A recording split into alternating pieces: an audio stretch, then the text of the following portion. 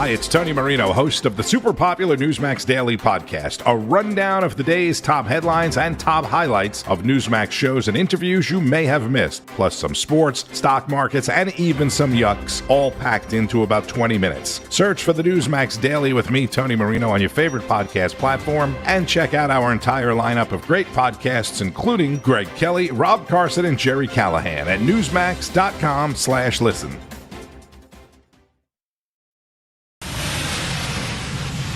Now, you are about to hear the most interesting, informative, thought-provoking, and funny show in America.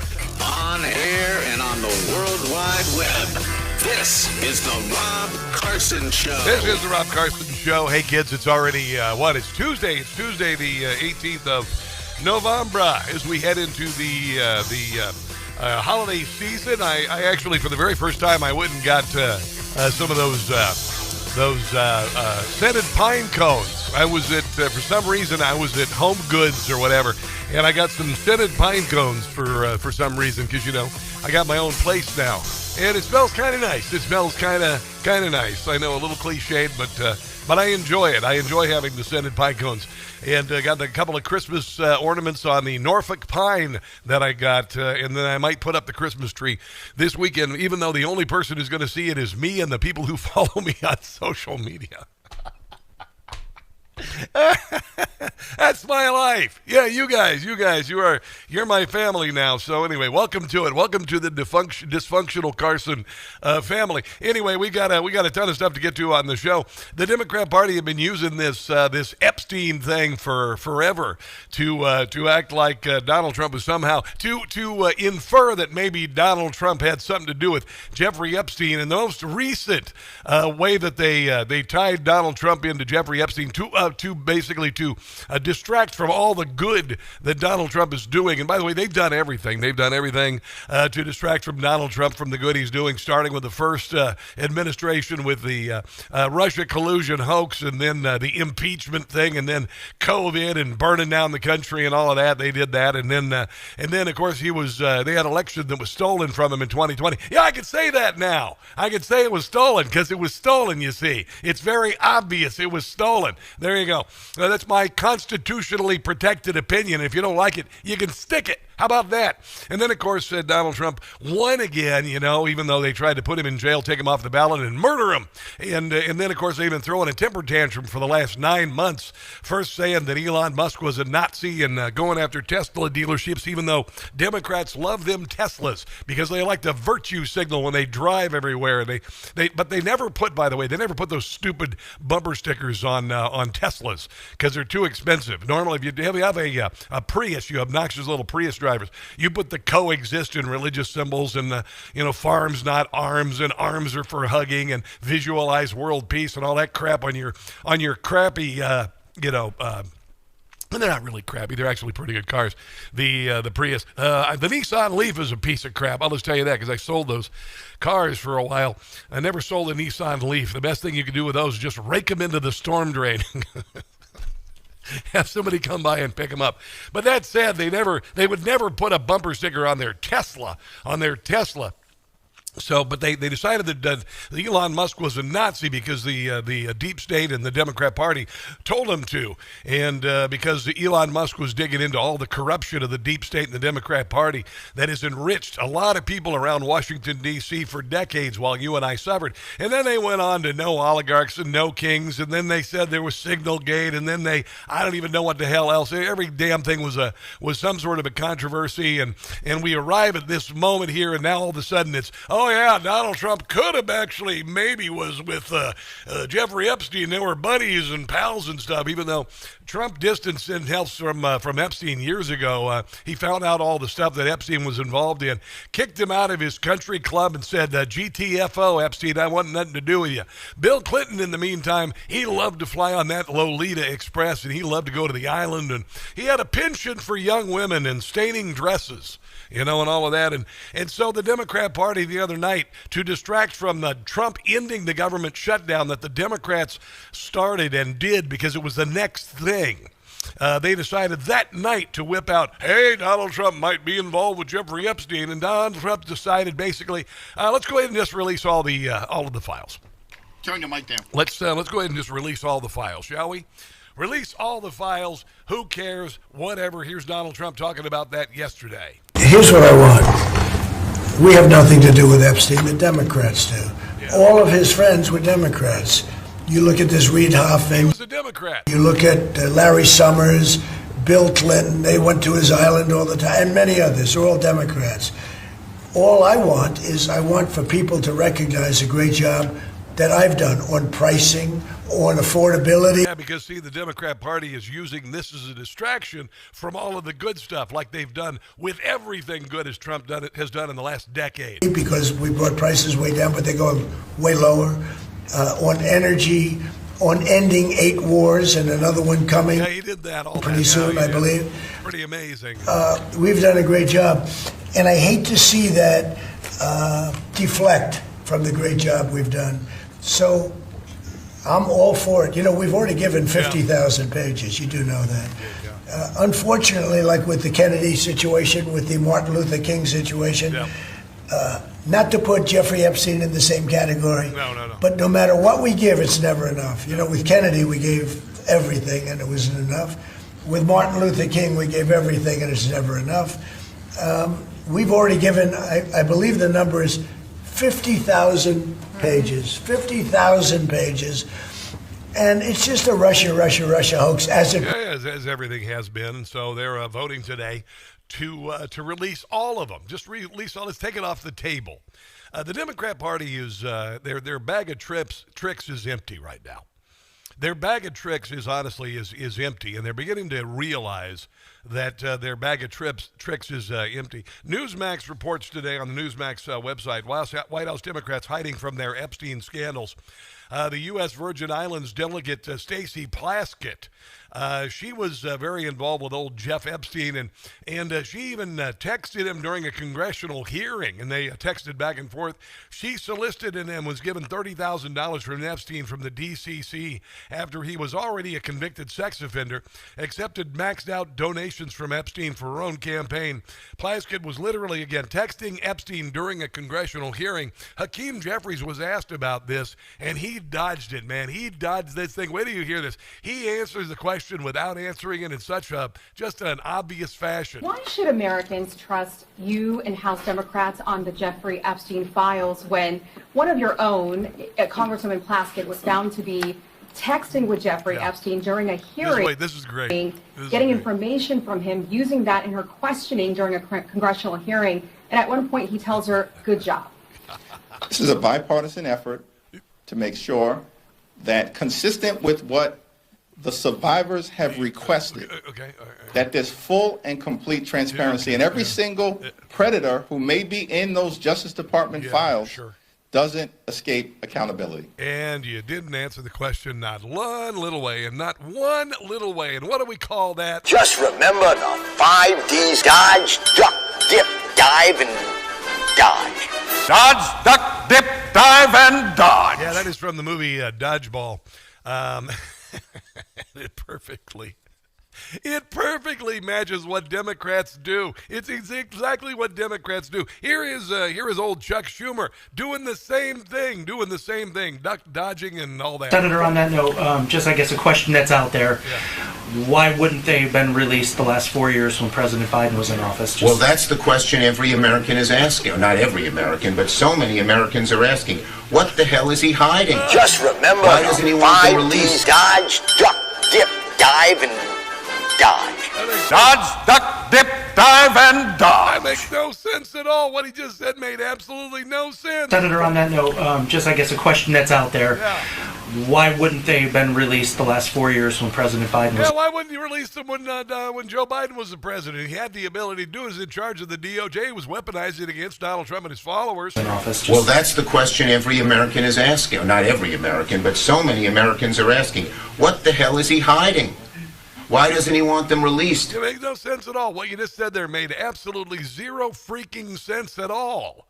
And everybody gets it. Bill Clinton, meanwhile, traveled on Epstein's aircraft 26 times. An Epstein victim wrote she saw Clinton on Epstein Island with 2 young women. The victim's claim was corroborated by one of his former top aides. He was actually pictured getting a shoulder rub by one of the victims, for God's sake. And he also, by the way, I don't know if you knew this, had a penchant for young women, particularly interns less than half his age. When you look at, for example, the close relationship between Jeffrey Epstein, the Clinton family, and the Ehud Barak Israeli Labor Party, it is patently clear that if the Central Intelligence Agency and the State Department were to do a sweep of all of their files, communications, records, a simple name trace of Jeffrey Epstein's name, the voluminous scale of the documentation, I think, would be enormous. The State Department rented out a physical property to Jeffrey Epstein personally in the 1990s. You and I can't just get the State Department as our personal landlord after seizing a mansion from the government of Iran. To say nothing of Epstein's work during Iran-Contra with both the U.S. and Israeli side of intelligence through the Adnan Khashoggi link, or through what was being done in the 1990s between Bill Clinton and Ehud Barak when he was the prime minister there, to Jeffrey Epstein setting up the Clinton Global Initiative. What?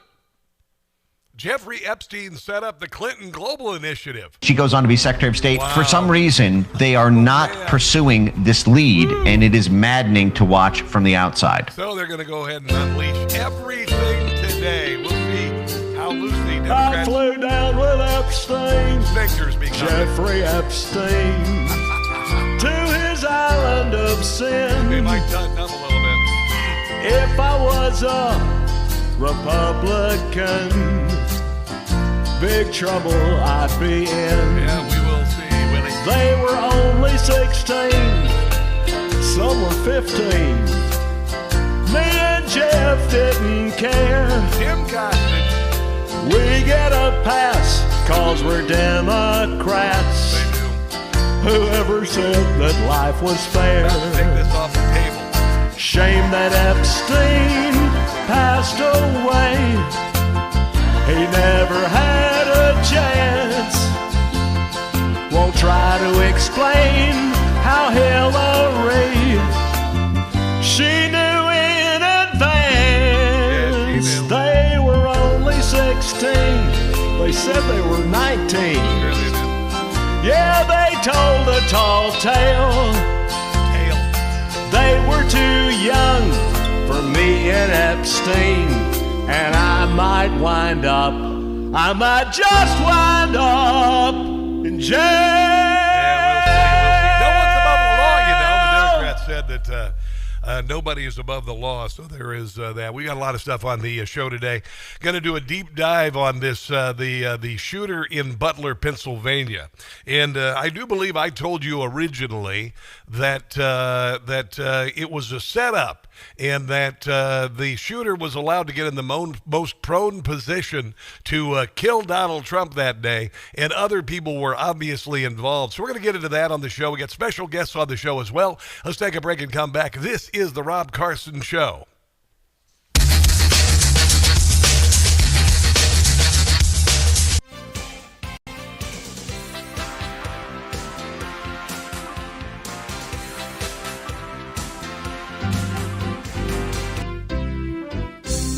We're sinking vessels, one's loaded with drugs. Mow the boat down. With U.S. airstrikes to target the thugs. We thinks it's time to mow the boats down. Narco-terrorism we won't tolerate. Mow those boats down. Stop your drug traffic before it's too late. Otherwise, we'll mow your boat down. Shape up Venezuela or we might attack. Maduro, we will take down. Drug boats you're sending will never come back. We'll sink them all and watch the men drown. We know who you are, we'll mow your boat down. Won't get very far, we'll mow the boat down.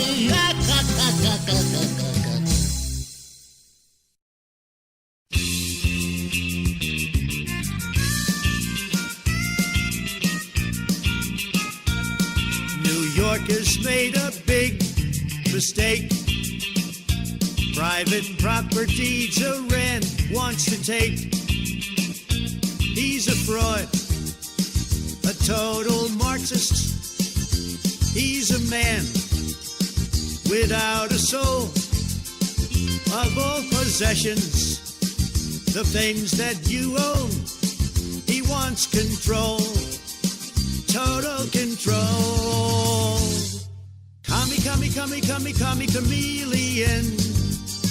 He'll take your business right away from you. That's why millions plan to leave New York. They fear the evil that Mondami can do. Commie, chameleon. Anti-Semite. Oh, how he loves Hamas. Commie, chameleon. Mondami's gains, they will be the residents' loss.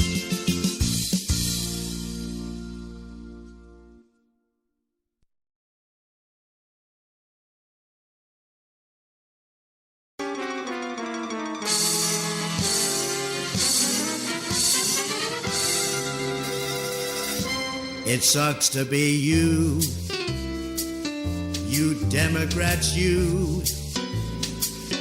Inflation is down, Schumer's a clown, he'll get his due. No Kings was a flop, but you will not stop. I'll bring the world peace, more wars I will cease, we'll come out on top. Drug boats we took out, we ended all doubt. The border is closed, Letitia is hosed, while Democrats pout. The new ballroom will be complete, while Democrats will suffer defeat. It sucks to be you, miserable you. It sucks to be you. Now a new NBC News poll shows the Democratic Party has reached an all-time low in popularity. Why and all you want about the National Guard? Antifa pals, we will bombard. It sucks to be you. You know that it's true. It sucks to be you.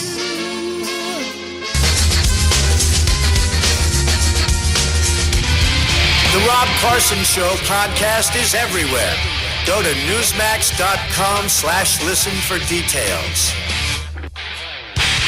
It is the Rob Carson Show. A flood of newly released Epstein-related emails just detonated in Washington, D.C. And despite Democrat attempts to smear President Trump, the blast has backfired spectacularly. Ghislaine Maxwell's lawyer just accused Democrat Representative Jamie Raskin of Maryland of coordinating with prison officials to leak confidential attorney-client communications. Those prison officials have been disciplined concerning something seriously wrong took place. Attorney General Pam Bondi announced she's appointing Jay Clayton, acting U.S. Attorney for New York City, to investigate Democrats' ties to Epstein and determine whether any crossed into criminal territory. Why? Because the newly released emails barely mention Donald Trump, but they heavily implicate Democrats. And you know what? The Democrat Party are a bunch of filthy, rotten scumbags. And all they do is distract and steal and et cetera, et cetera, et cetera. There's a lot of stuff going on today. The House is going to vote on releasing all of the Epstein files so the Democrat Party can't infer that Donald Trump was involved with Epstein as a distraction, because that's what they've been doing. Here is John Solomon of Just the News. Congress has released a whole bunch more of emails. The Democrats tried to make hay, but it hasn't stuck to Donald Trump. You know where it's sticking? To Democrats. And today the story really significantly boomeranged around. Why is that? First, Ghislaine Maxwell's lawyer accused Democrat Jamie Raskin of working with prison officials to leak confidential communications from his client. Those prison officials apparently have been disciplined, but that is only the beginning of it. Just a few moments ago, Attorney General Pam Bondi announced that she is naming the acting U.S. attorney in New York City, Jay Clayton, to investigate Democrats' relationships with Jeffrey Epstein and whether any of them rose to the level of criminality. Why? Because so many of the emails today didn't involve Donald Trump or Republicans. That's right. It involved all those Democrats. And this time around, the idea that Democrats would project on Republicans ain't going to cut it. This Justice Department is going to go full bore into that. That is a big, big decision in the weaponization era. And it's another of many signs that I think Pam Bondi is moving towards approving the notion that there was a grand conspiracy against Donald Trump and his followers and conservatives, and it needs to be treated as such, just like the mob was involved in a grand conspiracy or drug cartels were involved in a grand conspiracy. It looks like the Justice Department is moving closer and closer to that. Yeah.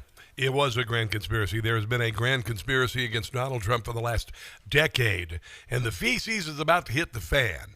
The feces is about to hit the fan, and we waited a very long time for this. And again, the Democrat Party, they're out of tricks in their bag. They've tried everything against Donald Trump. There was even one Democrat after the shutdown who basically said, we can't beat Donald Trump. And I'm hoping maybe you are just freaking exhausted from it because you have done nothing. You have done nothing but put the country through a lot of suffering, and sooner or later, especially as we go into the 250th anniversary of the miracle of America, we are going to be full bore into the patriotic fervor of the 250th anniversary, and it is very fortuitous that all of this has come out 250 years into the creation of the country, so we could survive another 250 years. I'm going to share something real quick that I think is beautiful, and this is to me a sign that things are changing. A band called the War and Treaty was performing in front of the Dallas Cowboys and Las Vegas Raiders, and they're a black couple, and they sang the national anthem, and they didn't even kneel or anything. And this, I think, put a stake in the heart of those who hate America.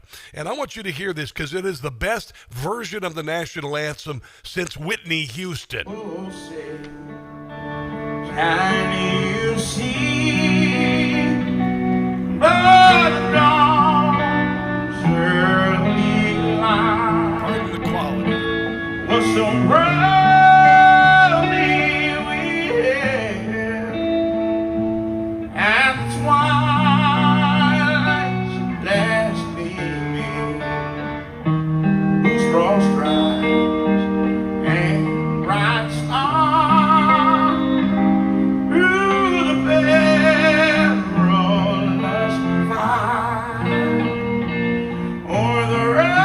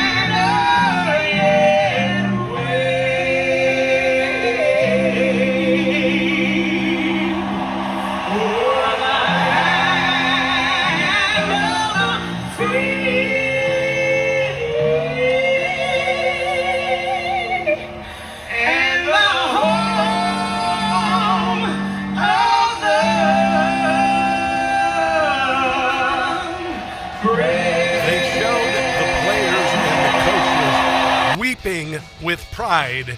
They were black, they were white, they were Hispanic, they were all races, they were all colors, they were all creed. America is back. America is back, and the Democrat Party is spiraling into the pits of hell. That's it. Hey guys, it's Rob Carson for Quince.com. I've lost some weight, been working out, I'm single again. I'm ready to look good. I've not taken the time to feel good about myself or shop for myself really for a long time, but I chose Quince. There's so many bad brands out there. Quince.com gives you the value and quality, not just cheap stuff that looks lousy, doesn't last. I got an amazing blazer from Quince that looks great with dress pants, khakis, or jeans, and I know it'll look timeless for years.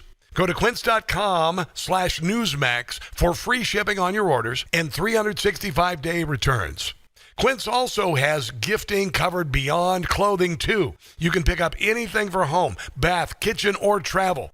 Give and get timeless holiday staples that last with Quince. Go to quince.com, that's QUINCE.com/Newsmax for free shipping and 365-day returns. That's quince.com/Newsmax. Give and get timeless quality staples that last this season with Quince. That's quince.com/Newsmax.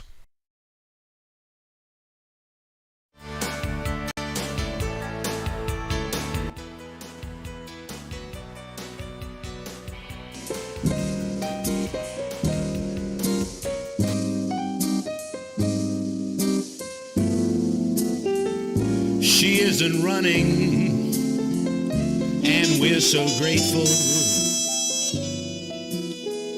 That woman was oh so hateful. She's a national disgrace. That's Nancy with a Botox face. Her star was rapidly fading. She's as corrupt as can be. She made millions from insider trading. Where is the SEC? Nancy Pelosi was a lousy speaker. She tried to make our country weaker. I'm glad they will replace Miss Nancy with a Botox face.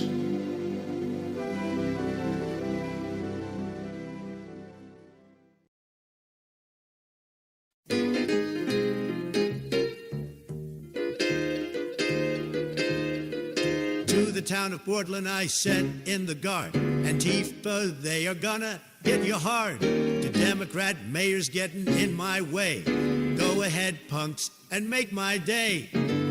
F around and find out. F around and find out. Schumer's gonna find out. I mean business and I'll get my way. Pencil neck and Chris Ray, for your crimes you will pay. You have both been found out. Hope you get a lengthy prison stay. Listen up, Hamas, I am warning you. Break the ceasefire and you'll be through. Democrats, hang your head in shame. For the shutdown, you're gonna get the blame. F around and find out. Mess around and find out. F around and find out. In the end, I'm gonna win the day. Find out.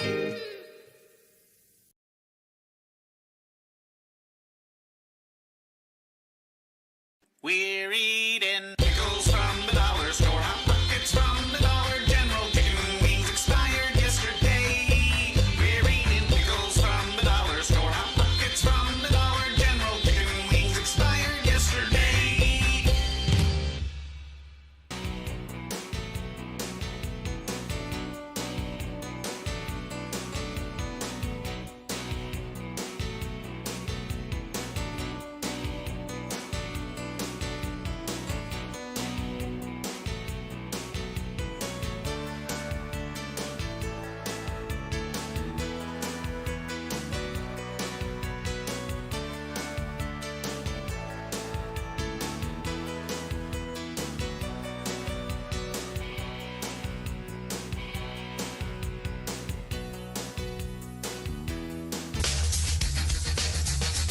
Tell me if you got her.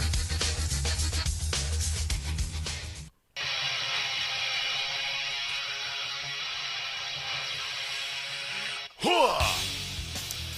are expecting a phone call from Jennifer Gallardi, Senior Policy Analyst for Restoring American Wellness, the Heritage Foundation, talking about insane Karens. This is Dr. Drew talking about a new Gallup survey. The phenomenon of 40% of women thinking about leaving this country. The really striking part of that study was the difference between men and women. And I'm here to say that I think this is all part of a trend that has been going on since the 1970s called the paradox of declining female happiness. Women, the more freedom they achieve, the more economic freedom, the more achievement, the less happy they become. And no one really knows why this is. It's actually in many countries, not just the U.S., but it's especially significant here. Is it the birth control pill? Is it the fact they don't have time with their family? What is it? Do they just not find satisfaction from these jobs that men do find satisfaction from? Or is it excessive expectation and entitlement, which is what always leads to happiness? Oh, my God, what he said is so sexist. My God, how could he possibly say that? Or maybe there's some truth in it.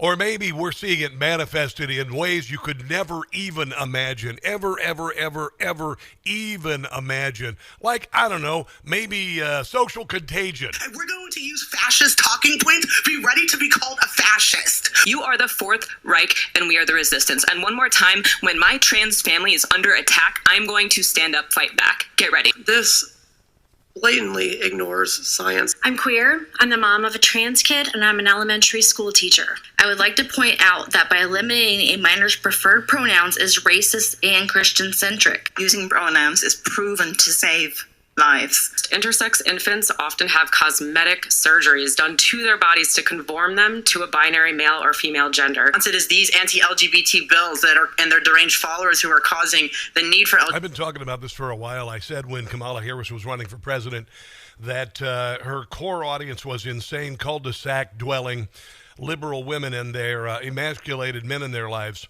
And clearly there's something going on. To join us on the NEWSMAX hotline, Jennifer Gallardi. She is a senior policy analyst for Restoring American Values with the Heritage Foundation. She's got this great article that I've read again and again this morning. Most women are on crazy pills, and it's bad for everyone. Jennifer, welcome to the show. How are you today? I'm great, although with those clips you just played, I think I need to do some day drinking. That was so depressing. I've been following this for a while. I got to tell you, Jennifer, and I'm going to tell you right now, my family is no longer intact. And there were some things that happened, oddly enough. I got divorce, served the day after the election. So there are a lot of things going on here, and I think it's been a long time coming. And I think that some people have taken advantage of a situation using tools like social contagion, among other things, to incite women in many ways. And this is a process, not an event. It's taken many, many years. Why don't you explain to us what you've discovered? Well, I think you're right. I think this is a tool to destroy the American family, ultimately. What we're seeing is these women on psych meds continuously and perpetuously, and it kind of destroys any attraction to men. It numbs everything. It makes life very dull, in a sense. But, I think this has been coming since feminism, since some women started seeing raising a family as a trap. Yeah. And created by men, by the way, in the evil patriarchy, and something that is to be avoided rather than a gift. And there's so many kind of root causes that have led us here, but I do see one of the main ones is feminism, and one that I was a victim of. I moved out to Los Angeles shortly after I graduated college and kind of got indoctrinated to this progressive lifestyle out here that told me, oh, I can have it all. And especially in Los Angeles, there's no seasons. You lose track of times, and you wake up and you're 40, and I'm single, and I have a cat, which I love. Yes. But I just never put any focus towards dating and marrying, but it was something I had wanted. But then they told me I could be a boss babe, and that would make me happier if I just worked and had financial freedom. And then I also simultaneously got this narrative in my head of I'm a goddess, from all these women in the self-help field, the Brene Browns of the world, the Glennon Doyles. It's like you are to be treated like a princess, and that is if men do not do that, then they are not worthy of your time. Well, you kind of have to earn that, okay? You got to kind of earn that. I see a lot of that attitude with some people these days. You see some of these pop culture figures like Lizzo, who acts like she's God's gift to men or whatever, and she is a grotesque physical individual and with a major attitude, and you can tie that into this I'm great no matter what shape I'm in. I am awesome no matter how unhealthy I am. That's part of it too, by the way. I do, and I talk about that in my piece. We're in this kind of inverted world where what used to be shamed, like obesity, shame has a value in culture. It motivates people towards change, right? If there's a bunch of people kind of making fun of you, sure, it's mean, but it can also motivate change. Like, nothing on its face value is good or bad. There's a reason we have kind of, a little bit of healthy shame in the culture. But all of a sudden, obesity became a disease that you have, not something as a result of the way you're living your life. And it became another notch on the victim card. Right? It becomes people's identity. I am fat. It is a disease I have. Therefore, you must treat me with kid gloves. You must put me on the special pedestal because you've treated me poorly in the past. They use it like race. Or Michelle Obama. I'm worth $100 million and never worked a damn day in my life, but somehow I'm a victim of racism. Yeah, I just got off the phone with the Epic Times talking about her. Like, she is on the grievance tour to end all grievance tours. This woman she is deeply unhappy. She is the epitome of everything we're talking about. Oh my God! Do you know how many people would be happy just to be able to make it 2 weeks without a paycheck and you'd be fine? You'd have enough in savings to do it. I know. You've got a lot of other things. You've got massive medication, particularly of kids. They do it to boys, and now they're doing it increasingly to girls and adult women, feeling like these antidepressants are the end all, and they really aren't. Trust me, I know this. I took a little Lexapro. It helped me for a while. But you know what cured my depression? Having a job and not being an alcoholic anymore.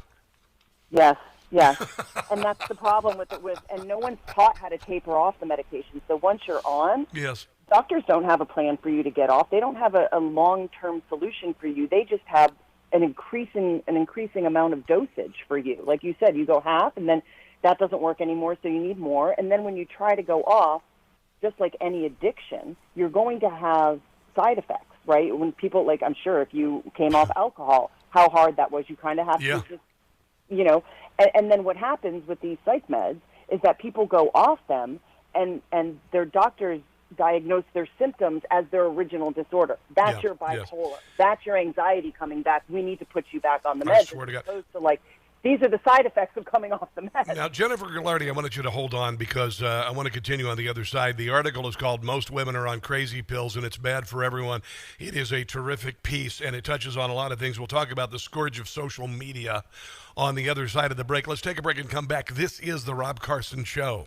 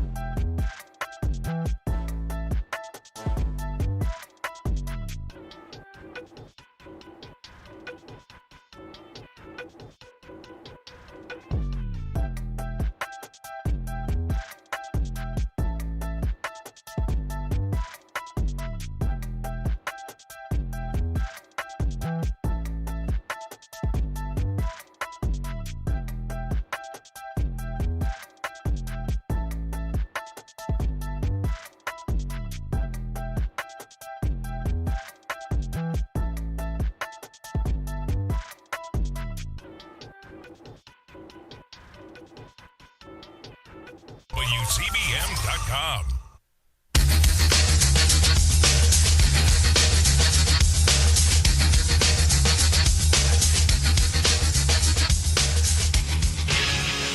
When will he die? When will he die? I can't keep doing this. That is another... and it's kind of weird because on social media you see the most vitriolic and awful and evil things being said by women. White women generally, everything from celebrating the death of Charlie Kirk to, screaming, when will Donald Trump die? And I believe that there are powers that be who are using, particularly women, particularly social contagion to foment rage like we've never seen before. And you've crossed the line when they're willing to do it openly on social media. You've crossed the line between sanity and insanity when you do that. On the phone is Jennifer Gallardi, I should say, senior political analyst for Restoring American Wellness, and she's got this book, Most Women Are on Crazy Pills. It's bad for everyone. I mean, Jennifer, you got to admit, when you're willing to say such things on social media, you're no longer tethered to reality. Yeah, I guess I shouldn't say I'm shocked. I've been watching this for years, kind of since I left California and came to my own understanding of what was happening to me. And so I'm not shocked, but it never ceases to kind of make me wince or even prick at my heart a little bit. I really feel sad for these women and sad for our society where these women have a majority of the Democrat vote, right? These are the people that voted for Kamala Harris. I don't know why they're so angry. I mean, maybe I do. And some of them might have legitimate grievances. Maybe they've been sexually abused. Yeah. Maybe they've been, and again, so I never want to dismiss those things. I know. They're very serious, and they have trauma. But this, like you said, seems to be a little bit more of a social contagion because of how prolific this attitude is. And I'm just seeing this war with men and women rage like never before. I know. And pointing fingers at each other. And so you have young men that turn to idiots like Nick Fuentes, yes. And then you have young women who, they don't actually have a good role model of women. Maybe, they have someone like you said, like Michelle Obama, or all of these women who are kind of keeping them self-focused and self-centered and self-narcissistic, and then you have the social media that perpetuates that idea. Like, look at me, yes. Air my dirty laundry, look at me, feel bad for me, join me in my anger. They're bringing women down so far, and it's just destroying our youth, and it's destroying even our adult women. I'm sure you've seen those two women that have that podcast. Oh, dear God. Jennifer Welch, is it Welch? Welch is a psycho from hell, yes. Dear God in heaven. Oh, my goodness. She's she's so cruel. And she looks like, just way too much on the plastic surgery. Yeah. But again, that's someone who I think, I'm not a psychiatrist, but I don't think you need a master's or a doctorate in psychiatry to see there's there's something deeply wrong there. Yeah, well, I went to the Elon Musk protest months ago when I was in Kansas City, and I just wanted to go have conversations. And I had a friend of mine who's a Jew, and he goes with me. He's got his Star of David on, and there's a 70-year-old woman screaming, "You're a Nazi," at him. And I walked up to her, and she's 72, 70, maybe 75. I said, "Dear God, do your grandchildren know you talk like that?" And she's like, "F yeah." I'm like, you've got to separate yourself. You've got to look, yourself 10, 15 years ago at people behaving like this and realize something is desperately, desperately, desperately wrong here. And I do think it's people that are terminally online. Yeah. When I'm out and about living my life, I smile at people. They smile back. It really isn't that hard. Yes. To treat humans like humans. And again, they have been indoctrinated into this progressive ideology that the world is against women. I'm like, are you crazy? You have been given go to an actual Islamic country. Yes. You've been given every opportunity to thrive. You've been given jobs. You said you wanted all these things, and I think. You mentioned it's not making you any happier. In fact, it's making you more miserable. Yep. So there's something we're fundamentally getting wrong, obviously, about human nature. I do have a bit of a good news, I believe, and I have said this when they destroyed Gen Z. They tried to destroy and indoctrinate Gen Z with COVID, and they kept them at a home and separated. And what they ended up doing is making Gen Z recognize the value of human interaction and being with one another. They really, really did. It's been a big backlash. And do you know what else? The number one medium that Gen Z turns to. Spoken word. You know why? Because they want to hear someone talk to them. They want that connection. Spoken word is bigger than it was when your grandparents only had a radio in the living room. That is a major backfire. I've got a daughter who's 20 years old. She doesn't drink. She doesn't smoke. I don't know how she's doing this. She doesn't curse being around me. She was going to marry the boy that she was in high school. She fell in love at 15. He screwed her over, but she wanted that. She realizes she loves her femininity. And I think there's a major, they're discovering that you're not going to find happiness in the things that my generation did, Gen X, having a lot of sex, smoking, going to parties, crap like that. I think there's a significant portion of Gen Z that recognizes this. The young men who are saying that masculinity is not toxic, and young women saying that I am not ashamed to be feminine. Yeah, there has been a major backlash, and again, it speaks to the human nature. You cannot separate a human's biology from who they are in the world. Meaning, you can't tell women don't have babies and you'll be happier.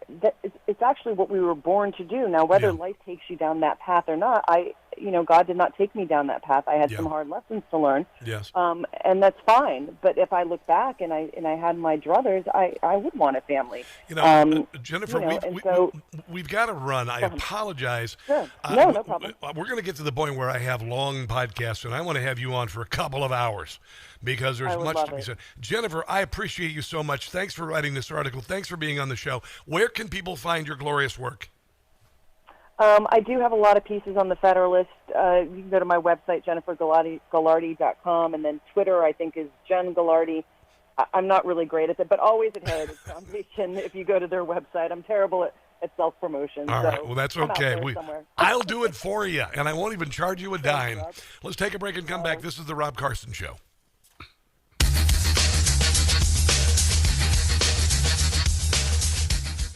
Hey guys, it's Carson for Birch Gold. It's that time of year when Birch Gold gives away free gold with every qualifying purchase. That's right, for Black Friday. When you convert an existing IRA or 401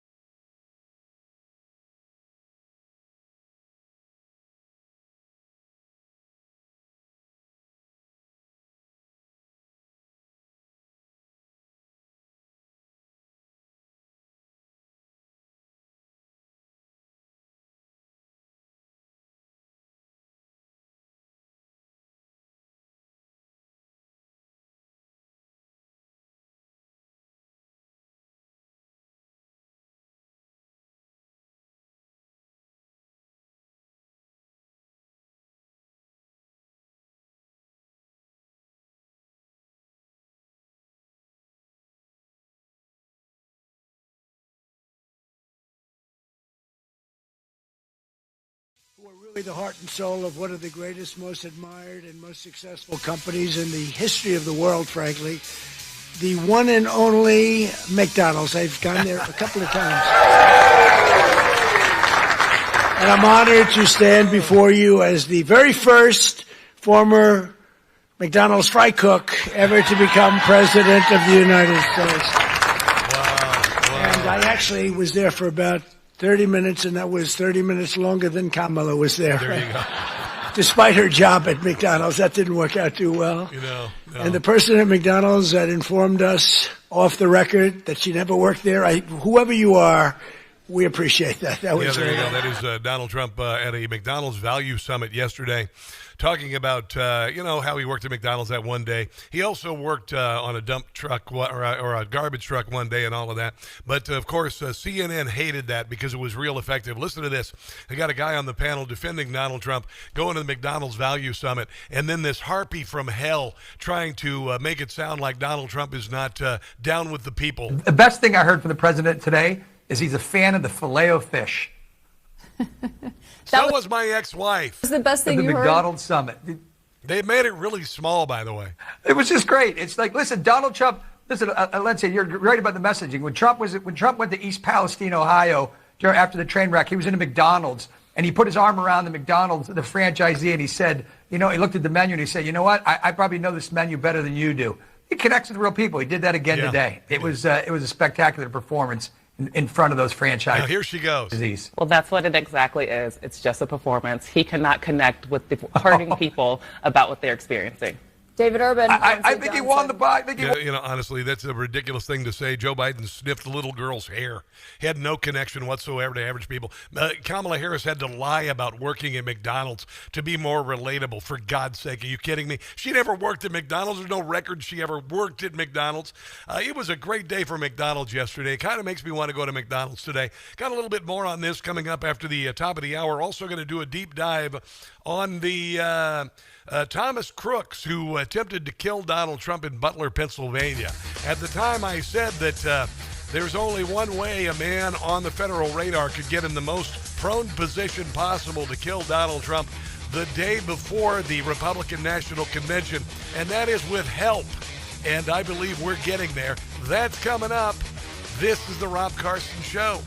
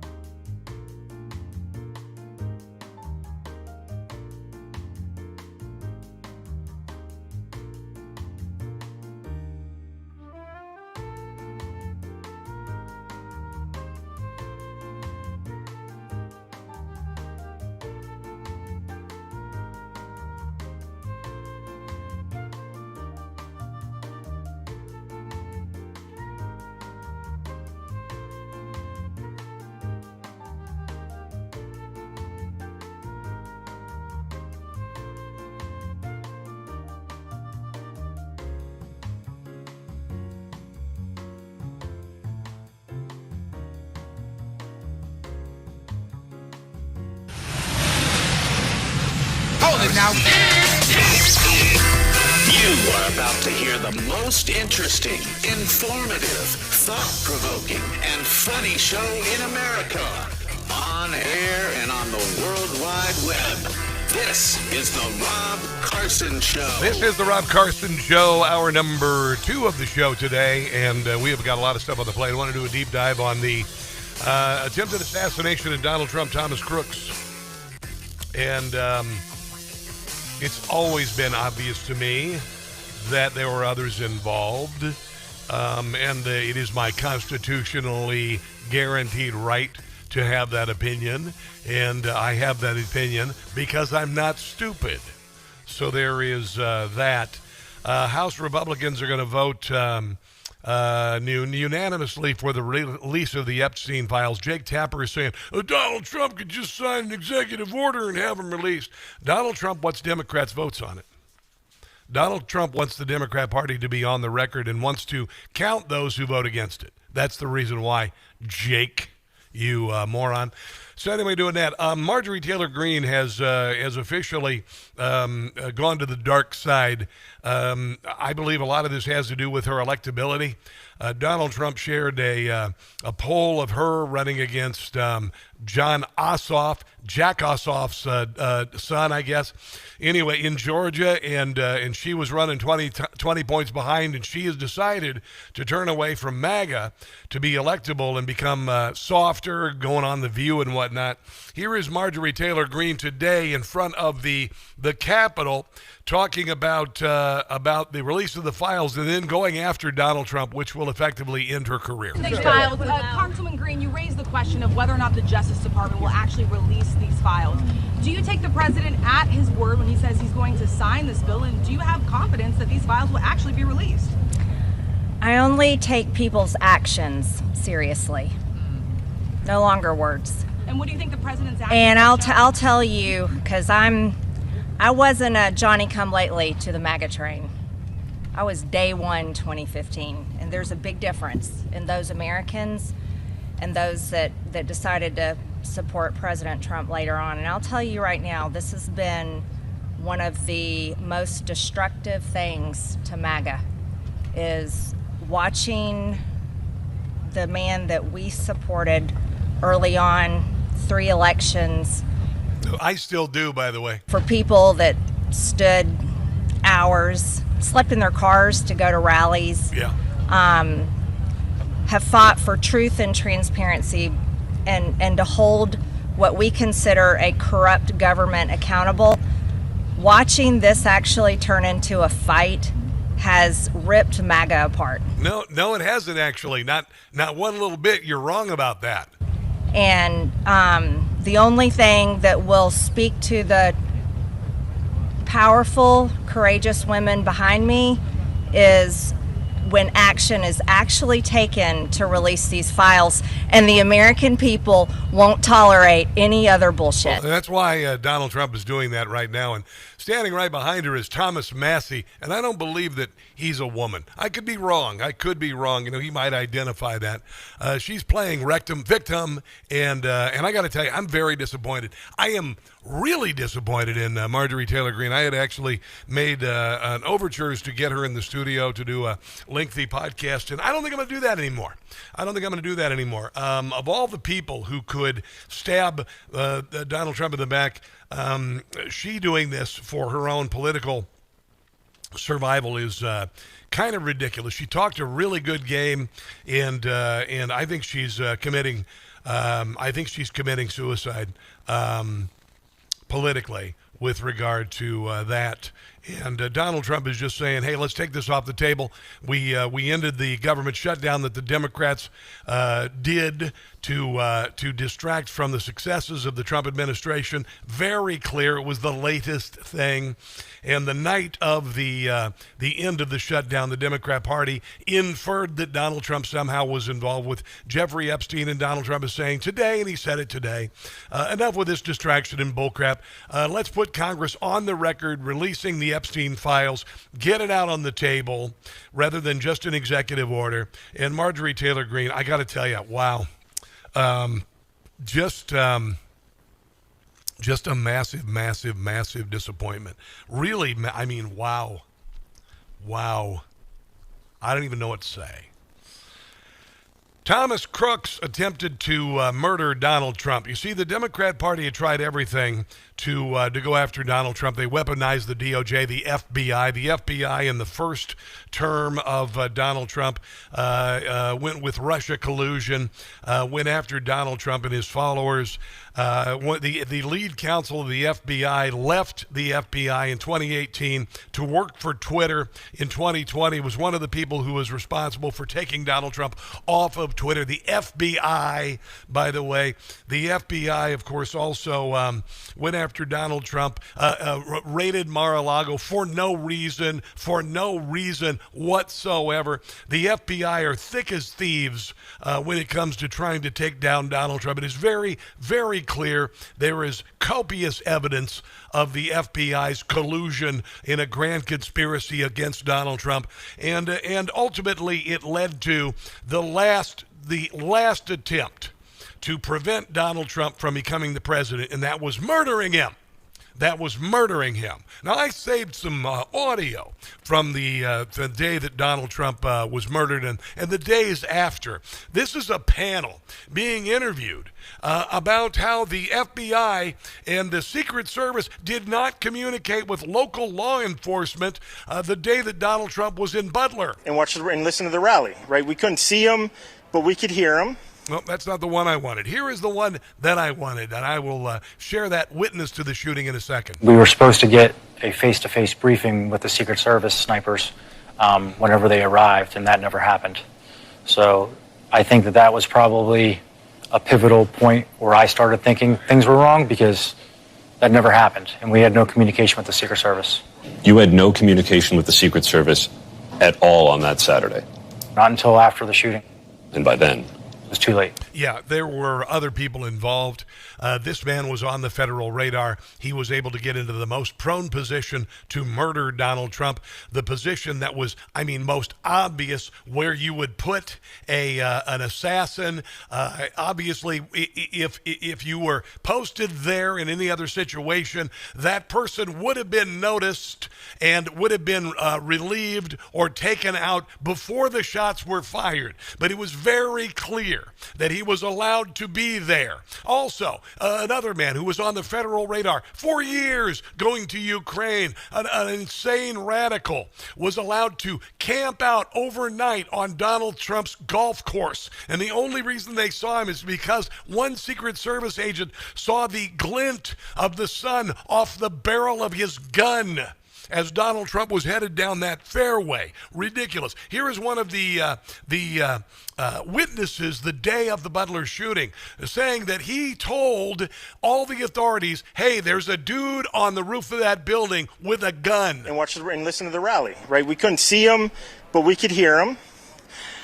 So we walked up, and probably 5 to 7 minutes of Trump speaking. I'm estimating here. I have no idea, But we noticed a guy crawling, bear crawling up the roof of the building beside us, 50 feet away from us. Yeah. So we're standing there, we're pointing at the guy crawling up the roof. And he had a gun, right? He had a rifle. A rifle. We could clearly see him with a rifle. Absolutely. We're pointing at him. The police are down there running around on the ground. We're like, hey, man, there's a guy on the roof with a rifle. And the police were like, huh, what? Like they didn't know what was going on. We're like, hey, right here on the roof. We can see him from right here. We see him.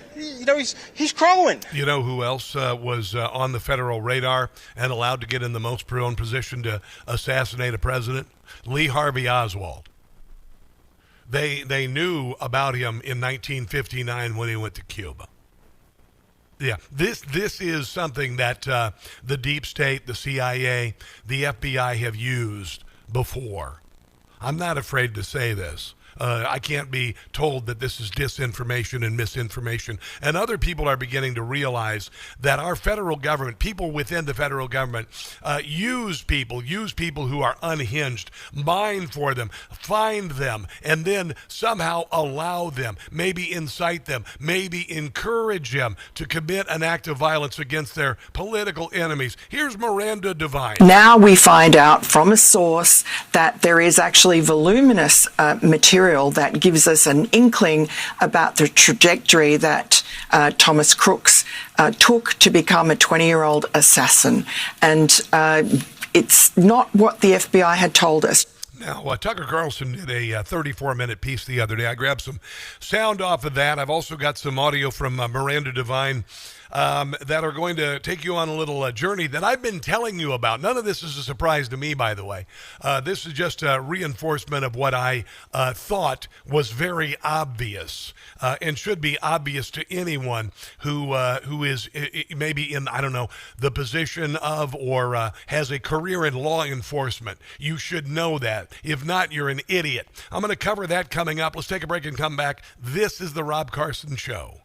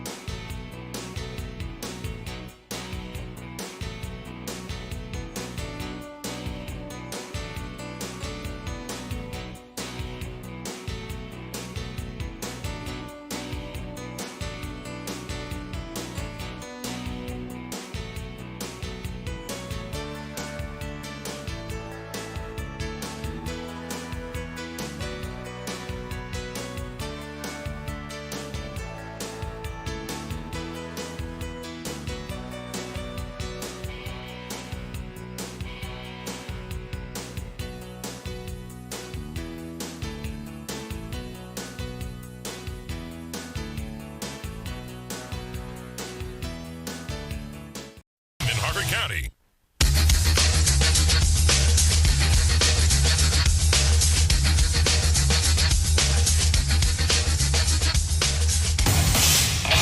Relentlessly slowing the spread of the stupid every day. It's the Rob Carson Show. Right. Incitement is rarely explicit. It's not go kill this guy now. It's in the vapors. It's in the discourse. And then somebody with some weakness, some mental health issues. You know, there's a Netflix series right now about the guy that killed Garfield. You see exactly this being played out in that miniseries. And that has always been the case. Of course, people want to make an issue of there's some conspiracy in the background. It begs no issue that the lone wolf, him or herself, is motivated by somebody saying this is a bad person. Really? That is just crazy. I don't even believe that. I mean, who would do such a thing? Let me ask you tonight, do you think Donald Trump is a fascist? Yes, I do. Yes, I do. This guy's tendencies towards leaning towards dictatorship is un-American. It is deeply troubling and incredibly dangerous that Donald Trump would invoke Adolf Hitler, the man who is responsible for the deaths of 6 million Jews. Yeah, that's called, that's phishing, by the way. That's what the Democrats have been doing. They've been phishing. They throw out that lure of Donald Trump as a Nazi, hoping that it'll catch some psycho who will try to kill him. Yeah, I just said it. Do you know why I know this? I don't know, because maybe 2 people tried to assassinate him. Here's a little bit more from Dr. Drew, who we heard just a second ago. Well, it is an extraordinary time, and they seem to have no sense of incitement. What's interesting about some of that data you just quoted in terms of what happened to Charlie Kirk, what those people were thinking about was not the fact that people were calling Charlie Kirk a Nazi. They were thinking about Trump's nasty tweets. They really think that somehow is going to incite violence, as opposed to when you're calling somebody Hitler, that's not going to take a lone wolf and cause them to commit some horrible act, which of course, historically, that's always the way it's been. You know, it's kind of weird because the Charlie Kirk shooter and this Thomas Crooks, they both had this kind of weird kind of trans thing going here. That was kind of strange. Thomas Crooks used they, them pronouns, had an obsession with political violence and muscle mommies. Thomas Crooks used them, posted threats of political violence and violent art on his secret social media accounts before he attempted to assassinate Donald Trump. Crooks had 2 possible accounts on DeviantArt, a site that hosts fan art and has become notorious for its community of furries, people who identify as anthropomorphized animal characters and are sexually attracted to them. I know it's kind of bizarre, it's kind of bat guano crazy, but it sounds like some people try to take advantage of insane people to commit acts of violence, like maybe trying to murder Donald Trump. Yeah, no. Tucker Carlson did a video on this the other day, and the FBI said they didn't know much about Thomas Crooks. There was no social media presence. Turns out there was a ton of social media stuff. They just made it disappear. He was even being groomed by someone who claimed to be, I guess, some sort of neo-Nazi. I have a feeling this person was somehow involved with the government. We do know, however, that Crooks's online footprint abruptly ends after his encounter with this mysterious figure, Willie Tepes. Yeah, this is Willie Tepes. I believe this person was the person who recognized Thomas Crook online and said, I've got to groom this guy to commit an act of violence. Regardless whoever Willie Tepes is or was and been working for, there is no doubt that Crooks was ripe for recruitment by someone. Yes, recruitment by someone. From early 2019 to mid-2020, as his political views were evolving, Crooks searched for Trump more than 700 times online. He also searched for Jack Ruby, the man who assassinated Lee Harvey Oswald. He then submitted queries. I'll bet the FBI would have seen that online. For craziest chemical reactions, cars running over protesters, best places for mass shooting El Paso, Trump Civil War, Orlando shooting reaction, firing an AR-15 as fast as possible, fertilizer bomb, how to make napalm, how to make Molotov cocktails. Usually when you have that on your social media profile, the FBI notices that. But I think what some people in the government did was saw that and said, how could we use that? So here you have a volatile, troubled, possibly mentally ill young man with a long record of espousing violence in public. The FBI clearly knew he existed And then you have, at the very end of his years commenting in public, espousing violence, an exchange with a mysterious figure affiliated with the group that we know is being monitored by the U.S. State Department. It turns out that around the same time that Thomas Crooks was making these searches and posting overt threats of violence against public figures on YouTube, the FBI was issuing contracts to private sector tech surveillance firms to harness the power of mass data collection tools that would monitor social media for people just like Thomas Crooks. It's hard to imagine that Thomas Crooks, who was making these posts publicly and in his own name, had not been identified. Maybe the reason why they were looking for those people is because they wanted to use those people. Yeah, that's exactly what I think. That's exactly what I think. And the FBI behaved very strangely after Crooks was taken out. Another notable detail is that photos from the day after the shooting show an FBI agent hosing down the site where Crooks died. High-level intelligence officials and congressional sources told us this is very strange, and that the FBI usually hires out crime scene cleanup to third-party contractors. But in this case, they did it themselves. Yeah, they also cremated the body before they could test it for any drugs. There was also a story where he was training at the same gun range where the Secret Service trained as well. Chris Swecker is a former FBI official. He was on Fox this morning talking about grooming. There may be hostile foreign enemy or foreign intelligence services or enemies of any kind that are surfing the social media sites and the internet looking for someone like Crooks, who they can then groom and weaponize and turn into an assassin, as may have happened in this case. Now, Brian, I'm not sure how well the Post article was sourced in terms of forensics. It's a trick to go back and source and trace a posting back to a specific person. That can be very, very problematic. So I know the FBI has pushed back on this, but again, it raises that possibility. And I think we got to be very much, or the agencies have to be very much alert to this, that there may be some grooming taking place. It happened with ISIS and the Halloween plot. ISIS went in there. I believe the grooming came from within, because the same people who tried to put Donald Trump in jail, take him off the ballot, had one final solution. And it happened the day before the Republican National Convention, which I said was they wanted to make it into a wake. Well, I wouldn't trust the previous iteration of the FBI and the Biden administration to not hide their own mistakes and not be proactive when it comes to Donald Trump and getting out there and trying to intervene and intercede. And if something were showing up on the internet that was a threat to Donald Trump, well, I mean, we saw the lackadaisical Secret Service protection. Yes. And, that's still, I think, we're not quite sure we know everything about that, but we know it was a giant miss. Yeah, it wasn't incompetence. No one is that incompetent. No one is that incompetent that what happened in Butler, Pennsylvania was allowed to happen. It was allowed to happen. It wasn't incompetence, because it would mean wholesale incompetence of everybody on the scene, everybody preparing the event, everybody watching the drone flying over, etc. There were other people involved, and they failed. And now they must be discovered, they must be indicted, and they must be put on trial. Let's take a break and come back. This is the Rob Carson Show. Hey guys, it's Rob Carson for Quince.com. I've lost some weight, been working out, I'm single again. I'm ready to look good.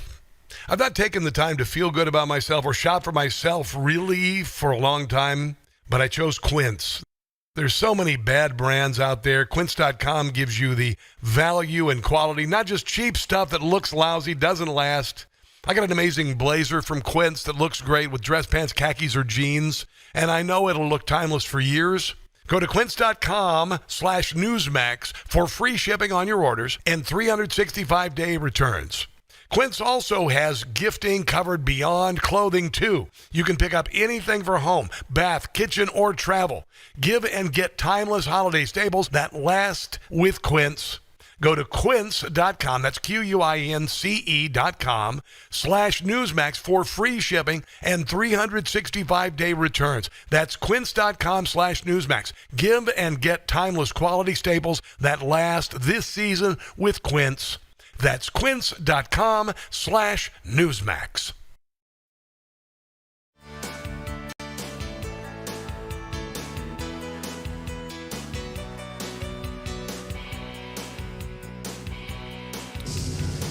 It's the FBI Puppet Show with our special guest star, Christopher Wray. Yay! The FBI is corrupt, promote election theft. They do Joe Biden's bidding cause they're puppets for the left. They targeted Donald Trump. Durham's report will show the FBI is crooked and these puppets need to go. Comey and Lisa Page, her boyfriend Peter Strzok. Russian collusion garbage from these puppets was a crock. Why were there no indictments? They found a smoking gun. They covered up for Sleepy Joe and his crooked son. It's time that we clean house, disband the FBI. It's time that they're all fired. Why were they ever hired? It's time that they're all fired from the most deplorable, oh so horrible, quite immoral, unadorable FBI is Biden's puppet show.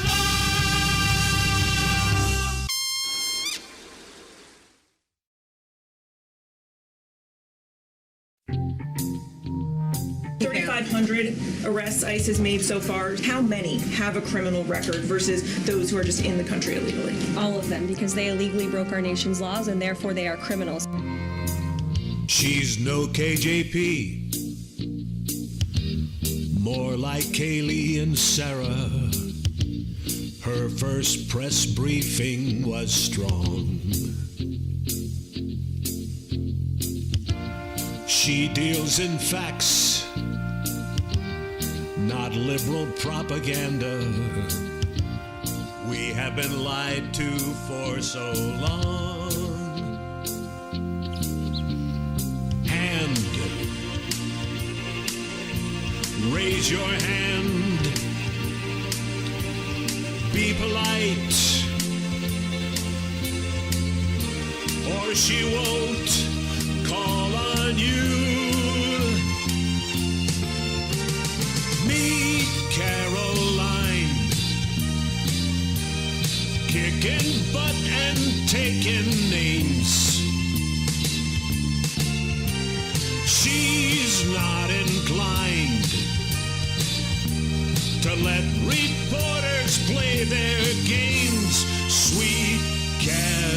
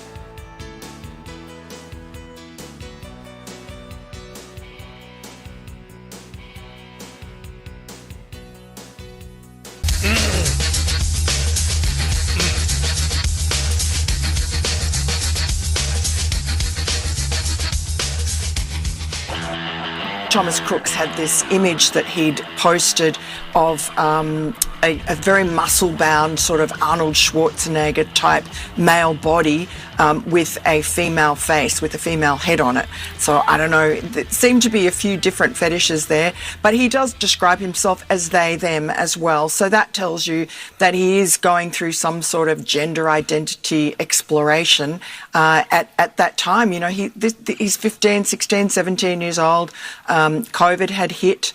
Maybe that explains his change, but I think it's so radical. It's almost as if he's been de-radicalized by somebody and then re-radicalized in the opposite ideological direction. Yeah, we were talking earlier about Thomas Crooks, and I've done kind of a deep dive in the last break about how I've always suspected he did not act alone. Dear God, if you believe that he acted alone, you're an idiot. You are a complete moron. You'd have to believe that every agent on the ground, every FBI agent, every Secret Service agent was as incompetent as Barney Fife.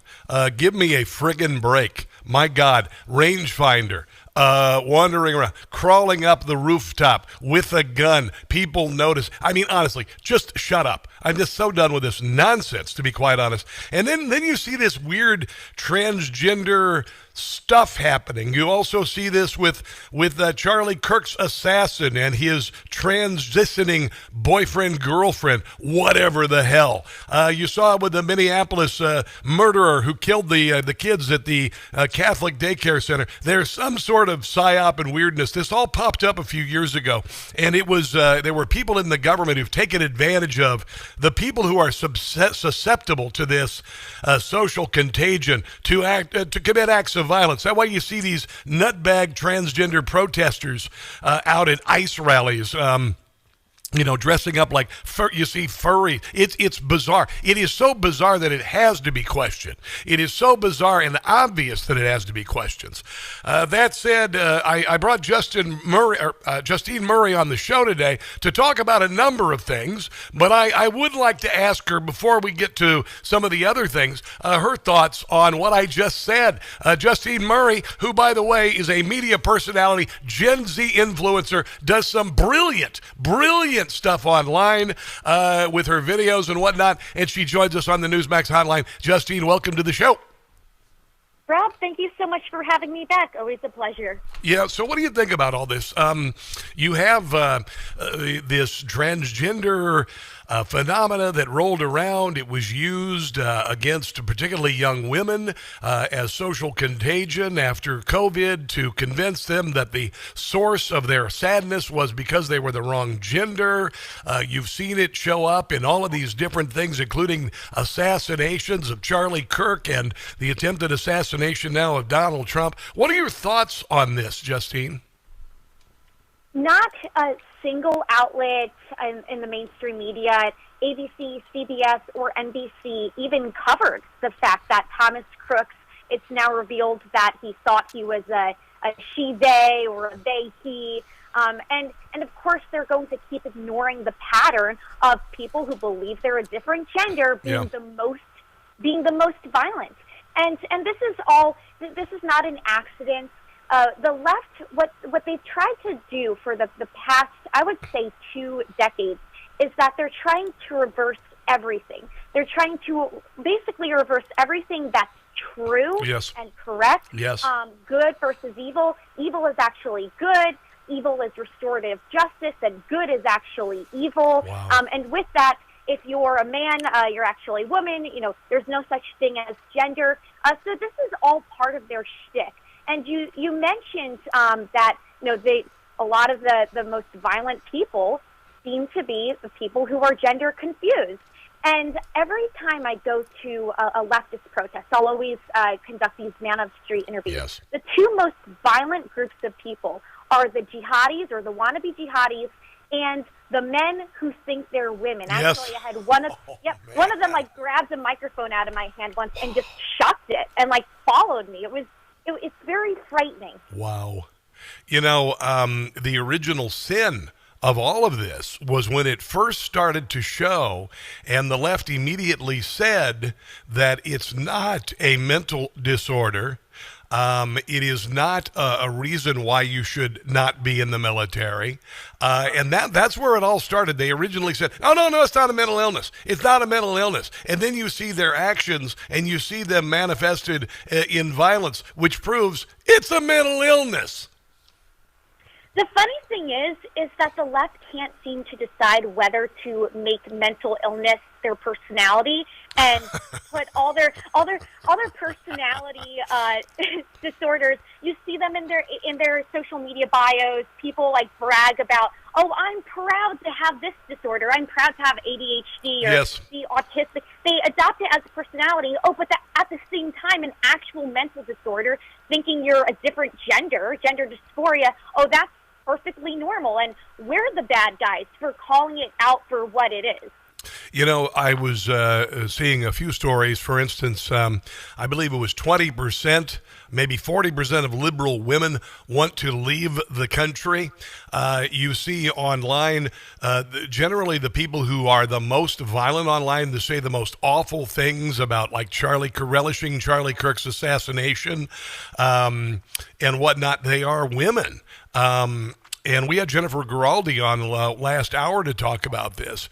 And it seems that liberal women have really been groomed toward just absolute incivility like we've never seen before, to the point that they actually share it on social media, their darkest fantasies about violence on social media. This is just bizarre, Justine.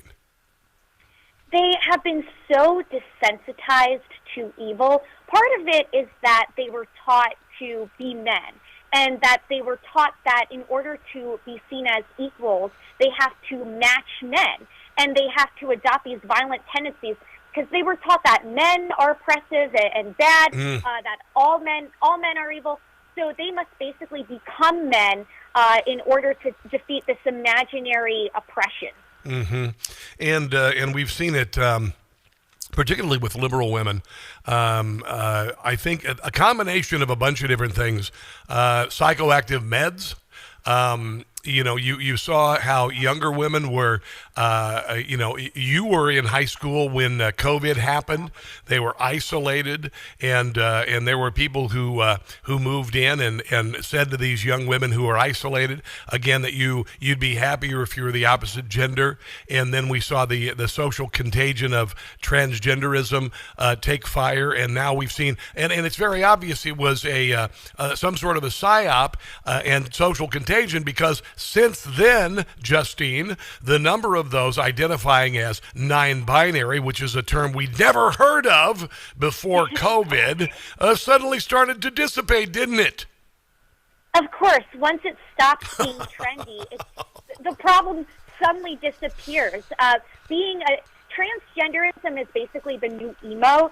Back in the day, yes. even like the early 2000s, like, the thing to do in college and in high school, yes, mostly, was to start a Tumblr page, dye your hair black or blue or all these different colors, be emo, be depressed, yes, wear all black, and then, like, suddenly it became changing your entire gender. But yes, the problem was that was irreversible damage. My sister went through the emo phase, yes, but she grew back her hair. She could take off the black makeup, but the problem with this is that once you decide, it's not cool anymore to be a different gender, and I'm out of my moody teen phase, like, you already got this gender transition surgery and took these hormones that yes, are irreversible. Yeah, you're a mutilated eunuch for life. Justine Murray, I want you to hold on, because on the other side of the break, you sent me this article, and this is one of the craziest things I've ever heard. Parents should ask babies for consent before changing their diapers. Oh my God, don't go anywhere. More with Justine Murray coming up on the Rob Carson Show. Oh my God. Oh my God.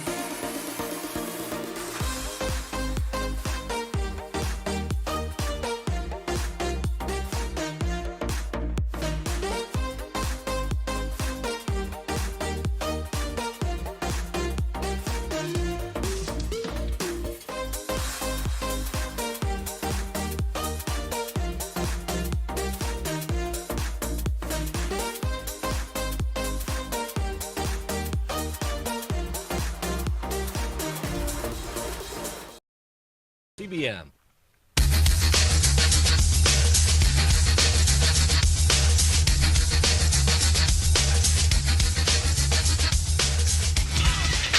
It is the Rob Carson Show. More with Justine Murray of MRC in one moment. You don't want to go anywhere because it's going to get real good. Real good. Gold is hovering a little over $4,000 for the last couple of days, which is a real positive because it's a pause for you to go, maybe I should text my Rob's name to 989898 to Birch Gold and get the ball rolling on investing in gold. Text my name, Rob, to 989898 to Birch Gold, a company that I have my money invested in. I wouldn't promote something that I don't have my money invested in, people. And right now, with every qualifying purchase up to $20,000, for every $20,000 invested in gold with Birch Gold will send you free gold to your home. You get free gold for buying gold. Oh, my God, that's incredible. Gold started this year at $2,600 an ounce. It went up to $4,200 a couple weeks ago. It's hovering above $4,000 an ounce, presumably before it makes another run toward maybe $5,000, $6,000, or beyond. You know how I know this? Because that's the trajectory of gold the last, 3-4 years minimum, maybe longer than that. Gold thrives in times of uncertainty. Text my name, Rob, to 989898 to claim your eligibility for free gold, but you got to do it by November the 30th, okay? Free gold with a purchase ends November 30th. Don't wait. Text my name, Rob, to 989898 for Birch Gold. Senator, on that note, just I guess a question that's out there.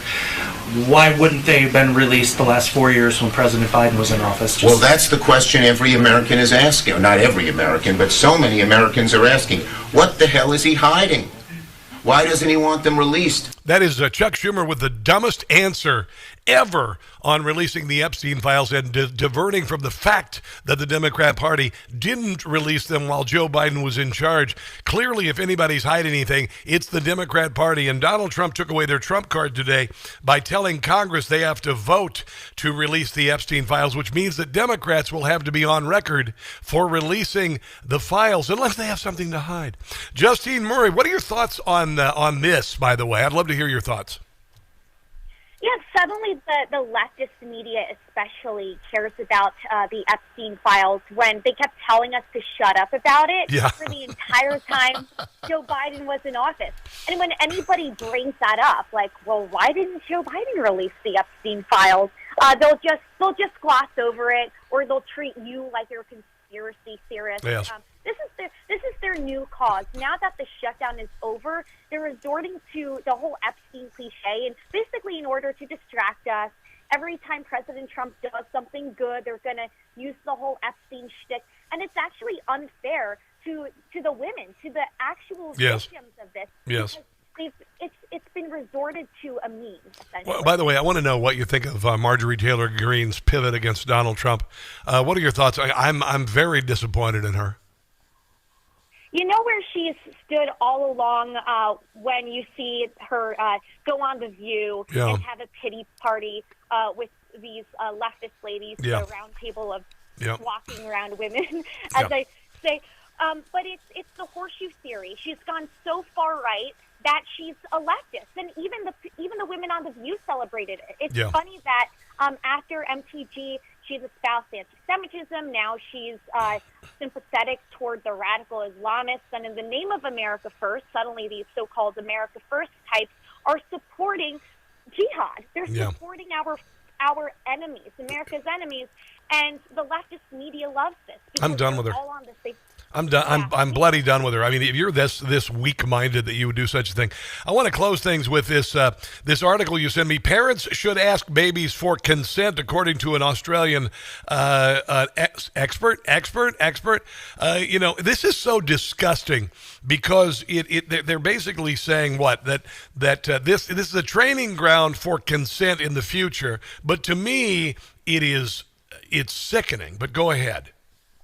Yeah, of course. This is the new Me Too. We've resorted to, if any former babies out here want to speak about the trauma of having their butt wiped without their consent. They should have talked to Joe Biden.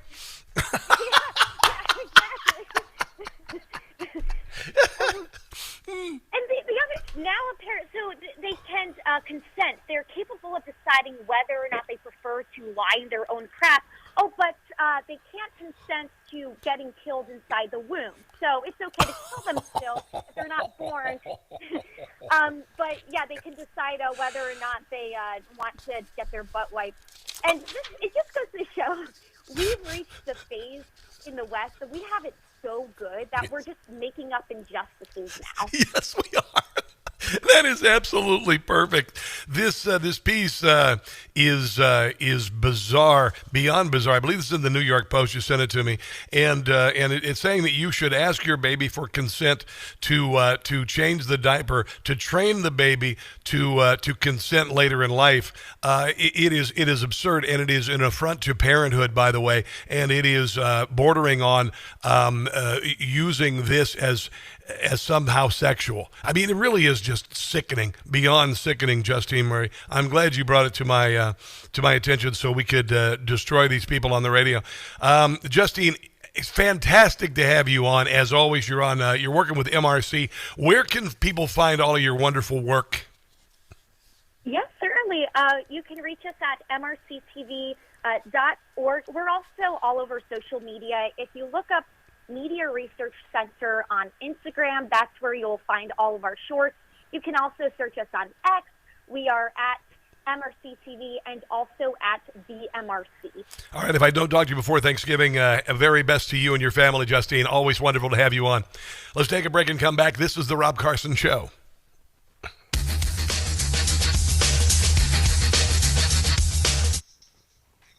So, Justine Murray is like 22 years old. She's brilliant, isn't she? Isn't she? Absolutely brilliant. What she just did there was so concise and so good and so spot on everything that we just covered with her. Everything from MTG to Epstein to whatever. I mean, wow. Just wow. Justine Murray. I noticed her a couple of years ago when she was just starting and taking baby steps into the conservative movement, that I met her at the CPAC convention, and then since she's just accelerated at light speed. She's a superstar. She's a superstar. And when I get to the point where we have in-studio guests, she will be an in-studio guest. Thanks for watching today, guys. I haven't had a chance to talk to you. Dookie Bear says, yes, she is, Rob. Yeah, absolutely. Hey, Rob, when are you going to ask Judge Janine for a date? Oh, God. I normally wouldn't go someone her age. She's about 15 years older than me. But first of all, she would never have anything to do with me. Don't fool yourself. She's way out of my range. I know. I always kind of thought, hey, I'd like to ask. I'm drawing a blank on her name from NEWSMAX, but yeah, a lot of women are they would not even consider me for a number of reasons. Bianca De La Garza, but we can always fantasize, can't we? We can always fantasize. Bianca De La Garza would have nothing to do with me, but there are women who would, and there are some that are pretty awesome too, by the way. All right, let's do another break here, shall we? I think we shall. County. About 3 minutes.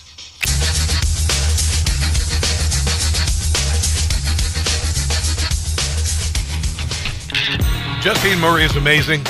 I have been following her for a couple of years, and I met her at CPAC last year, and her work is just impeccable. Everything she covered just now was remarkable. Parents should ask babies for consent. Drenched diapers no longer messes that need to be ripped off a baby's bottom post-haste, according to advice by early childhood development researchers in Australia. Instead, the experts encourage mom and dads to request an infant's consent. You read that correctly, before changing their diaper. At the start of the nappy change, ensure your child knows what's happening. Get down to their level and say, you need a nappy change, and then pause so they can take it in. Then say, do you want to walk or crawl to me to the changing table, or would you like me to carry you? Observe their facial expressions and body language to check if they're understanding what is happening. Well, no, they're not, you idiot, because they're babies. This can be a time to help children learn about consent and how their bodies work. No, it isn't. It's cleaning the poop off their butts, you idiots. My God. This is the dumbest thing I've ever heard. Eccentricity notwithstanding, Yamilis Diaz, a clinical child psychologist with NYU Langone Health, suggested that verbally involving a baby in the diaper changing process is great advice for future discussions about bodily autonomy. This is more about integrating the teaching of consent in the adult parenting practices. No, it's about sexualizing the diaper change. Are you out of your nut? My God, what is wrong with you? You shouldn't have children. It's aimed at increasing parents' awareness of the ways that the need for consent occurs. No, it isn't. Dear God. I mean, honestly, who in their wildest dreams would think such things unless they are so lost in academic gobbledygook that they've lost touch with reality and reason? My God, my God, my God. These sort of articles deserve nothing but derision. And the reason why I bring them out on the air today is to do precisely that. How dare you come up with such idiotic mental masturbation and suggest such an absurd theorem? Honestly, you're out of your nut. You're too smart for your own good. You're so smart, you're stupid, for God's sake. I mean, really, honestly, wow. Just wow. We got another hour of the show right ahead. Remember the January 6th committee? They were supposed to spend like $7 million or $6 million on the probe that didn't exist. They ended up spending twice that much to find nothing. And also, lab-made milk makes its debut. Final hour of the Rob Carson Show right ahead. Don't go anywhere.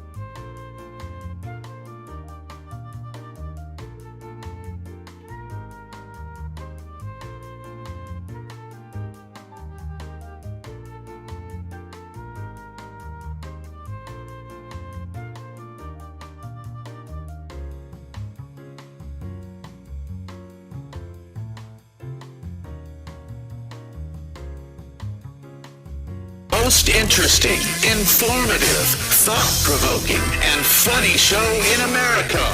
On air and on the World Wide Web. This is the Rob Carson Show. This is the Rob Carson Show, hour number 3 of the show today, and a lot of stuff to get to. We haven't even had a chance to get to all of it, for God's sake. We've covered a lot. If you want to check out the podcast, I would encourage you to do so. Every day we take the radio show, I should say, Redneck MacGyver, Ken, my producer, takes the radio show, divides it into 3 segments representing each hour of the program. And so if you miss any of the show at all, you could just go listen to it commercial-free, essentially. I'm not discouraging you from listening to it live because, it's pretty cool live, but it's on all your usual podcast platforms. And if you want to check it out, just look up Rob Carson Show on any of them, Spotify and whatnot, and share it with others. Subscribe if you would. That would be great. The reach of the program is pretty dramatic. We started streaming the show almost a year ago, and we reach millions on the live video stream, and of course millions on the live radio as well. Thank you across the country. Hopefully more stations to come. Because on days like when there were cloud flares, terrestrial radio is pretty damn valuable. We had a cloud flare. Did you hear about that today? Did you have that impact you? About a month ago, we had something like that happen. Knocked us off of social media and analog radio. Good old terrestrial radio with a tower and a signal. AM radio bounced to the stratosphere and back. It bounces. That's why it goes so far. FM radio, line of sight. It is still incredibly valuable. And if you have a local radio station that's your favorite, support them. Because it is a tough road to hoe. I'll just tell you that right now. But radio, there's nothing more local. There's nothing more local than radio. You think, well, TV, yeah, you can watch the nightly news on TV. They got a cast at like 5:30 in the morning and 9, and then again drive time, and then again 10 or 11 o'clock at night. But radio is out and about. Radio's out, in the community. Radio covers your local sports. Radio broadcasts your high school football game or basketball game. Radio's important. Don't forget it. Advertise with it. It's pretty cool. It is. You know what else? You know how this cloud flare got me this morning? I've got an electric lock that I use to lock my apartment. I use my smartphone for it. And I go over to this little thing and I go click and lock. And today, it wouldn't lock. So I'm like hitting the lock, and then I was trying to remember, well, how the hell do I do this manually? And I have my PIN number and all that. I couldn't get the damn thing to lock. I couldn't get it to lock. So I'm like, well, screw it. I'm going to go to work anyway. And, I live in a secure place, and, and I'm kind of known as being a psychotic, so people don't mess with me. I'm kidding. I'm joking about that. But I got to work, and I opened up the smart rent thingy, and I was able to lock it at work. After the cloud flare disappeared, I guess. The cloud flare parted so the cloud sun could look through. I have no friggin' clue. I have no idea. But isn't it amazing how helpless we are? We're like armadillos on our back in the middle of the highway when it comes to all of the cloud flares. For God's sake, we had a cloud flare. I didn't even know cloud flares existed. I do like to consider myself to be plugged in. I just hate it when I get my life unplugged. There you go. So I think there's a lot of things happening right now that are very positive. A couple weeks ago there was an election on a Tuesday, and Zoron Mondami won, and the left immediately claimed that communism and socialism was going to work, and it was going to sweep across the country, and Gen Z was going to be swept up in, and we should be terrified. And I talked to some conservative influencers on the air, and they were freaking out. And I said, it's 80-20, people. It's not going to happen. You know why? Because the adults are going to say, okay, screw you, you little punks in New York. We'll just move our freaking businesses out. And then I showed you the trillions of dollars that have left New York and New Jersey and California toward states like Texas and Florida and Tennessee. There's no doubt about it. If socialism and communism were working, people would be flocking to New York City, would be flocking to New York and New Jersey and California. But guess what? It's not happening. And I told you that Zoron Mondami's election and the Tuesday election 2 weeks ago were a fart in a Cat 5 hurricane.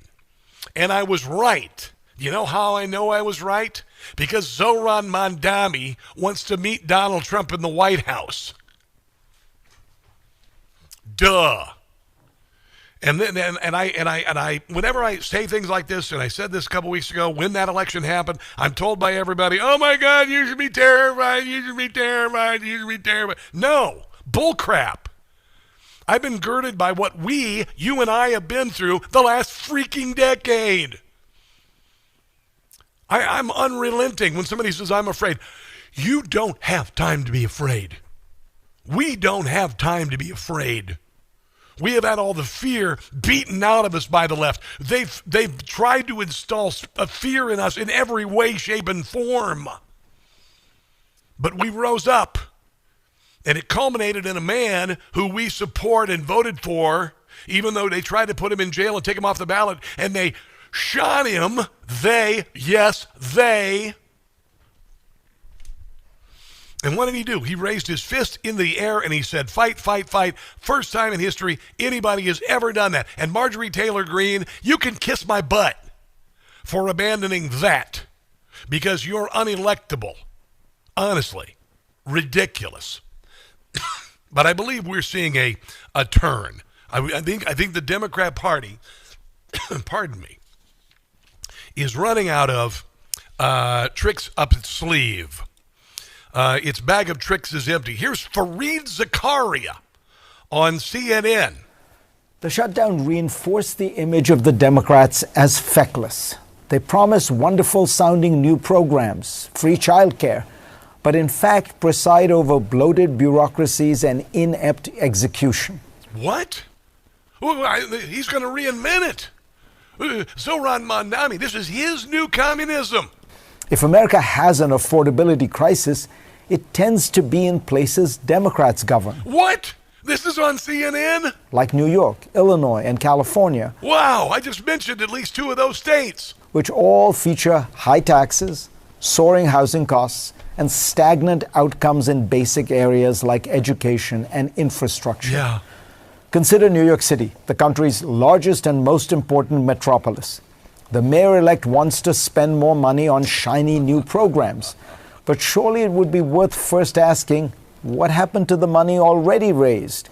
Yeah, there's that. 2012, toward the end of Michael Bloomberg's mayoralty, the city's budget was about $65 billion. Yeah. Today, it is about $116 billion. And the federal budget went up by about 40 to 60% when Joe Biden became the president, and they used COVID to do that. And how much better did life get for us? Not one bit. An increase of more than 75% in just over a decade. Spending has soared while the subway deteriorates, housing costs rise, and public schools remain mediocre, despite spending more than $36,000 per pupil last year, the highest in the nation among major school districts. Yes. And that CNN can admit this now proves what I said about Zoron Mondami's election. And did you notice this weekend, try to remember who it was, talking about the future of the party, Ro Khanna, future of the party, the deep bench that the Democrat has. Did he mention Zoron Mondami? Did he mention Bernie Sanders? Did he mention AOC? No, he did not. Chuck Schumer did not endorse Zoron Mondami. Hakeem Jeffries did not officially endorse Zoron Mondami. Barack Obama did not officially endorse Zoron Mondami because they wanted plausible deniability in case he failed. And he already has. You just haven't seen it yet. He just hasn't taken office yet. Here's Eric Trump talking about why Zoron Mondami has already failed. I mean, you're seeing all these major companies and all these major cities going one direction, right? And it's leaving those cities in a horrible spot. I mean, look at the mayor of Seattle literally going after Starbucks. I mean, they're the largest employer there by far. Yeah, that mayor has already failed. You had Bezos, right? He took Amazon out of there. You look at California, you see Tesla leaving and going to Texas. You see Charles Schwab. They're leaving California. Yeah, go ahead and do your socialist bullcrap and see how well it works without any money there. See how it works with basement-dwelling people like the mayor of Seattle who's never had a job. They're going to Texas. You go to Illinois, another liberal bastion. You see Citadel.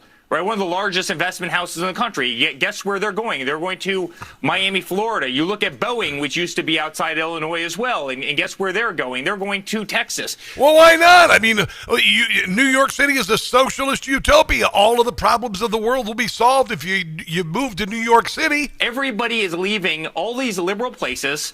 They're leaving these liberal cities, which are attacking them left and right. I mean, I don't need to remind you when AOC was going after Amazon, when Amazon wanted to set up their headquarters. She chased Amazon out of her district. In New York City, they were going to bring tens and tens of thousands of high-paying jobs to New York City, and she ran them out like absolute dogs, right? And then you wonder why you have the chop zone in Seattle, and you wonder why you have massive, every weekend in Chicago, you've got 70 shootings, you've got mass murder, you've got...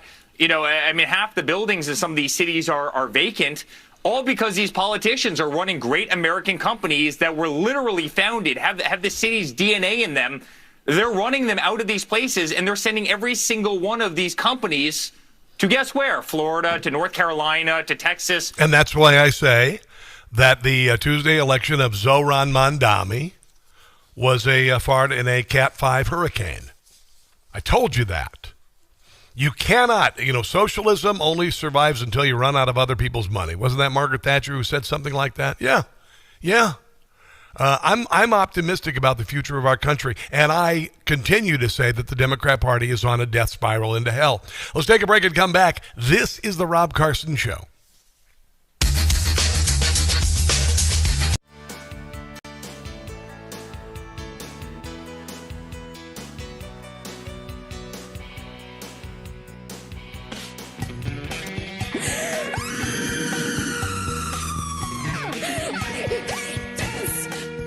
Well, they have a lot of cats, and they're mostly Democrats like V.P. Harris. They cry when they lose from their left-wing views. I wish they'd spare us. They're cat ladies. Whoa, whoa, whoa, they're cat ladies. Talking about some miserable ladies who have clearly lost their mind. People that are pro-life, I hate you! Got called out by J.D. Vance. When he had the chance, he really nailed them.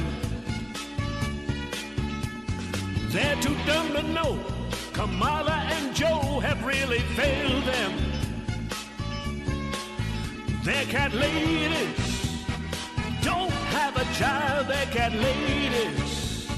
Talking about some miserable ladies who are out of their minds.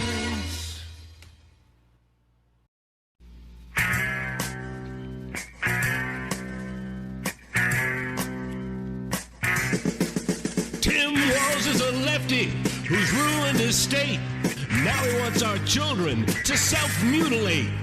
His policies are disgusting and lewd. And now he says schools have to include tampons in the boys' room. Tampons in the boys' room. Tim Walz and Kamala, a couple of fools. And everybody knows that liberals want to ruin schools. Tim allowed his cities to be burned by BLM. Criminals, illegals, they can count on Tim. His uniform, Tim was disgraced. He really crossed the line the moment that he placed tampons in the boys' room. Tampons in the boys' room. Tim Walz is a commie Kamala is too. And everyone should know the damage that these two could do.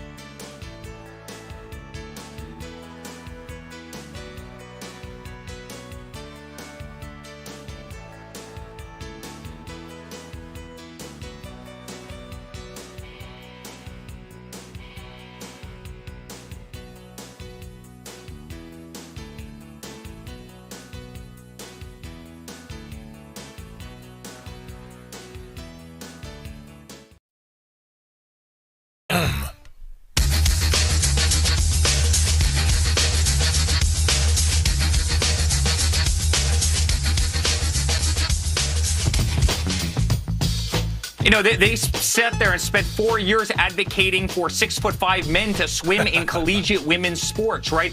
They were clapping when Colin Kaepernick was kneeling for the national anthem. Oh, yeah. You know, the female Olympic soccer team, as they turned their back again when they hoisted the American flag. And I could go down. I mean, the woke policies and the transgender policies and the men changing in female locker rooms. And they were wrong on all these policies. And then they have somebody like Donald Trump who goes in, who just wants a safe border, who wants to get rid of the cartels, who wants to keep our cities safe, who cleaned up Washington, D.C. in about 3 seconds, you know, who put together the biggest tax cut in American history, you know, peace in the Middle East, stopping all the wars, putting America first, not letting us get ripped off by absolutely everybody, you know, focusing on religion, freedom of religion, and our Constitution, our American flag. They don't have any good policies, Sean, so guess what they have to do? They have to weaponize the courts, and they have to weaponize the DOJ, and they have to, you know, steal and cheat, you know, and screw with the elections. That's who these people are. They have no other playbook. Yeah, but they're getting their bag of tricks is getting empty, and their tools are being taken away from them. And we are about to go into the 250th anniversary of the United States, and pride is back, and not the pride of being gay. By the way, that was you know, really honestly, take the word and a climatological event, the rainbow. Suddenly, both of them were gay. If you're proud, you're gay. I don't care if you're gay. If you're proud to be gay, cool, whatever. I'm not particularly proud that I'm a straight white guy, but you know, I'm proud to be an American. Very, very proud, and I played earlier this band, this War and Treaty, who played at the Cowboys Vegas game on Monday night, and I'm not going to play it again because the quality is not the best, but I'm going to tell you it was the most beautiful rendition of the national anthem that I've heard since Whitney Houston. And you remember when Whitney Houston sang it? Obviously, you Gen Zers don't, but it was beautiful. The national anthem is back. Weeping with joy when it's played is back. When the military flyover happens, weeping with joy and feeling blessed to have been born here or to be a citizen here is back. It's back. And nothing is going to stop it. The left, the Democrat Party, you're going to be a speed bump on all of this. You think you're going to win the midterms? You're out of your freaking nut. Because of what I just played. Did you hear what you idiots bedded down with? All the nonsense that you bedded down with? I told you that 2024 was the election we returned to common sense from nonsense. And you are going to be a speed bump to greatness and history in our 250th year. And you threw everything at us. You threw everything at us. The tenets of Mao, of the Third Reich, of Stalin. You threw it all at us, and you couldn't get it done. And now your tricks are exposed, and you're done. And I would suggest, I'm just saying, you get on the right side of history. It sounds like the Democrat Party is going, uh-oh. I don't think we want to turn this over to communists and Marxists. And now Donald Trump's taking another one of their tricks out of their bag by saying, okay, let's release all the Epstein files. So that way you can't, the night of the reopening of the government, whip it out and say, I don't know, Donald Trump may have done something with Jeffrey Epstein. I don't know. What's he trying to hide as a distraction? Guess what? That's off the table now. It's off the table. It's off the table. I got a little email on my other computer, and it was urgent. Oh, my God. Super anti-spyware support. It says here, oh, my God, please review your anti-spyware details before November 18th, 2025. Oh, my God, this is big. Then I realized I have nothing to do with this website. This is bullcrap. They're using words that would convince someone who maybe doesn't recognize this that, maybe give them my credit card information. Well, guess what? Didn't work, did it? Cybercrime spiked during the holidays, especially around Black Friday and Cyber Monday. Falling victim to cybercrime is the last thing that anyone needs. I would recommend you sign up for WebRoot Total Protection by going to webroot.com/Carson. Get 60% off. 60% off at webroot.com/Carson. You got all of these things, Cyber Monday and Black Friday, busiest shopping time. Cyber criminals, hackers are there. Get protection with WebRoot Total Protection. With my discount, WebRoot Total Protection is less than $50 for an entire year. That's all in one device. Identity, privacy, backup protection, $50. Peace of mind for $50. Are you out of your mind? Unbelievable. Real-time antivirus protection against emerging threats like malware, ransomware, phishing scams like what I just said. They're relentless. They will get you. They will get you. But not if you have WebRoot Total Protection. WebRoot.com/Carson. WebRoot.com/Carson. VPN for 5 or 10 devices. Select your connection from 80 locations in more than 65 countries. Family protection includes toddlers, students, seniors, up to $1 million in expense reimbursement for stolen funds, out-of-pocket costs due to identity theft. WebRoot.com/Carson. WebRoot.com/Carson. They're not going to get me. They're not going to get me. Tim Pool is a podcaster, and he leans kind of liberal. He voted for Tulsi Gabbard, by the way.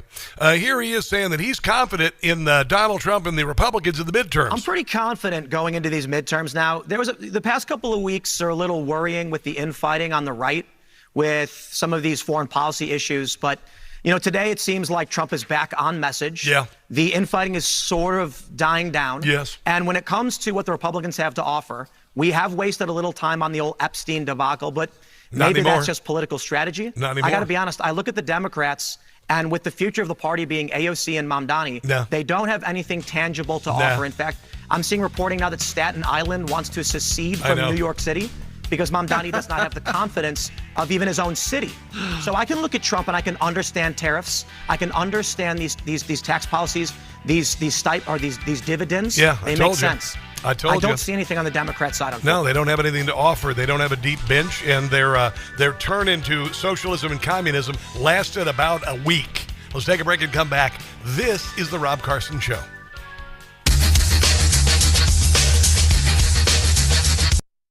Hey guys, it's Rob Carson for Quince.com. I've lost some weight.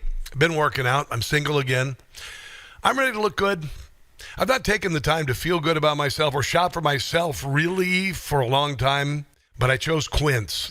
There's so many bad brands out there. Quince.com gives you the value and quality, not just cheap stuff that looks lousy, doesn't last. I got an amazing blazer from Quince that looks great with dress pants, khakis, or jeans, and I know it'll look timeless for years. Go to quince.com/newsmax for free shipping on your orders and 365-day returns. Quince also has gifting covered beyond clothing, too. You can pick up anything for home, bath, kitchen, or travel. Give and get timeless holiday staples that last with Quince. Go to quince.com, that's QUINCE.com/Newsmax for free shipping and 365-day returns. That's quince.com/Newsmax. Give and get timeless quality staples that last this season with Quince. That's quince.com/Newsmax.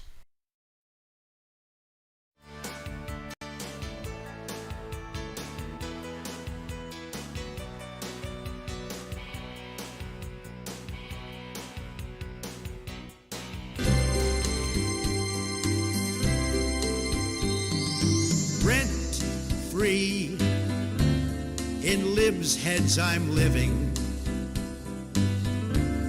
The fits I am giving to Whoopi, Sunny, and Joy. Rent-free, I'm occupying. Rosie is lying if she says I'm not in her head. Break free, they simply can't do it. When you get down to it, they have TDS real bad. Hatred, just watch it as it spreads,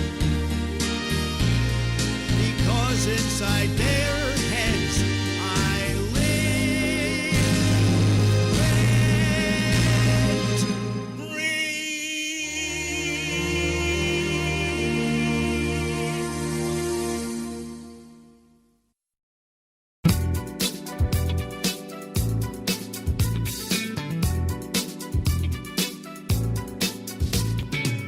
Schumer running round, talking out loud of his dirty tactics. How can he be proud to close up the federal government? For the GOP, Schumer is heaven sent. Chuck ought to know that this time around he will get the blame for a government shutdown.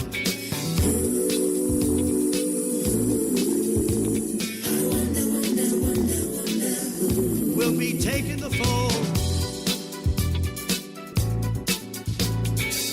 Democrats want, but they won't get a bunch of new spending to run up the debt. Hakeem Jeffries, a guy we cannot trust. Negotiations, he is why they've been a bust. Dems can't wait to leave this town. But sad, sad truth, they want to shut down.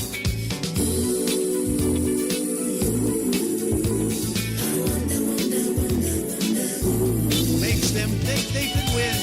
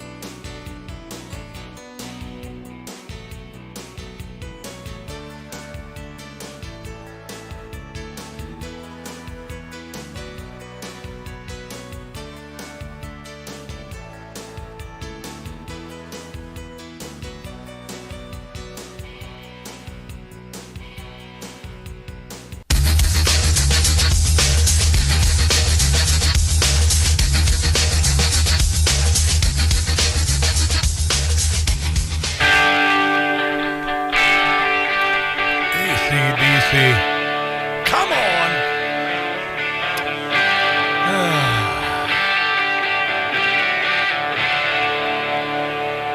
2, 3, 4. Oh, I love my rock and roll, baby. Love my rock and roll. Yeah, this morning I was listening. There's a song by Queen that has made a comeback, and I wasn't even aware of it when I was in high school. I'm drawing a blank on the name of the song. Don't Stop Me Now. I've been listening to that a lot lately. I hit it this morning on the way in. Don't stop me now. It just kicks butt. I don't know. I sometimes I listen to news on the way in. I stream NEWSMAX on the way in. And then sometimes I just need music. And today I just needed music. Don't Stop Me Now by Queen. 'Cause I'm having a good time, Look, oh my God, it's so good. And Freddie Mercury is still 30 plus years after his death, wildly popular. Not only with my generation, but also millennials and Gen Z, gigantically popular. And there will never be anybody like him. Ever.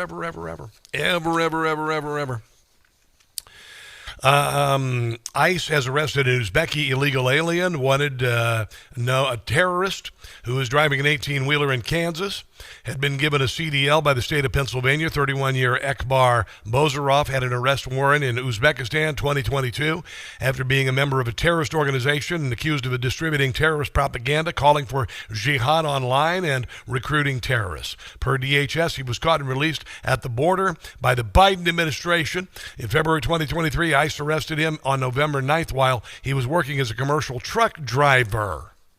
He got his commercial truck driver's license in Pennsylvania under Governor Josh Shapiro, who acts like he's all sorts of moderate, but he's not. An appeals court halted DOT restrictions on commercial driver's license for immigrants because they said basically it had not been, the threat was not obvious to them, I guess. That's ridiculous. If you are not a legal resident, you should not be driving an 18-wheeler. This, of course, is what happens when you politicize the court. You make idiotic decisions like this. It will be appealed by the Secretary of Transportation and the Trump administration. So there's that. Democrat women are nuts. They are just out of their minds nuts.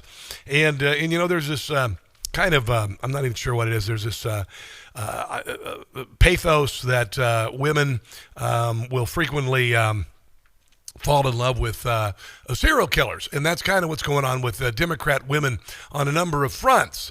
Here are a group of Karens in Chicago, and what they're doing now is they're taking whistles out there, and they're instead of taking a rape whistle with them, they're alerting authorities or rapists that authorities are looking for. That's essentially what's happening. Listen to this, because it's kind of nuts. People all over Chicago and Evanston hear a whistle and they run to them with their phones ready to film and to witness. If you see ICE and you know that ICE is in the area, you can blow the first code. If ICE is detaining somebody, the code 2 sounds just like this. Yeah, they're nuts. The leftist women particularly are nuts. Here's some more anti-ICE. And by the way, this is again the left taking marching orders from the Democrat Party. They're the ones who kind of groomed them starting a decade ago, calling Donald Trump a fascist and a Nazi. Moving into COVID, you got to wear a mask or you're going to kill people. People who don't get the vaccine, people who don't mask up, they are the enemy. And then you moved on to other things. And now they take their marching orders. Elon Musk is a Nazi. Go out to his dealerships and scream at people. You're insane. You're out of your friggin' mind. Sooner or later, I hope to hell you snap out of it. Like, wasn't the second Indiana Jones movie, the Temple of Doom, when the little kid is under the spell of the Temple of Doom, and he gets the torch flashed in front of him, and he goes, and he wakes up and he goes, oh my God. I hope that happens to Democrat Party, particularly Democrat women. Half of y'all look like leaders anyway. Yeah, you people are out of your friggin' minds. No, I'm not going to. Yeah, the rest of us are saying, good. If you came here illegally, you got to go, because that's the way it is in other countries, you see.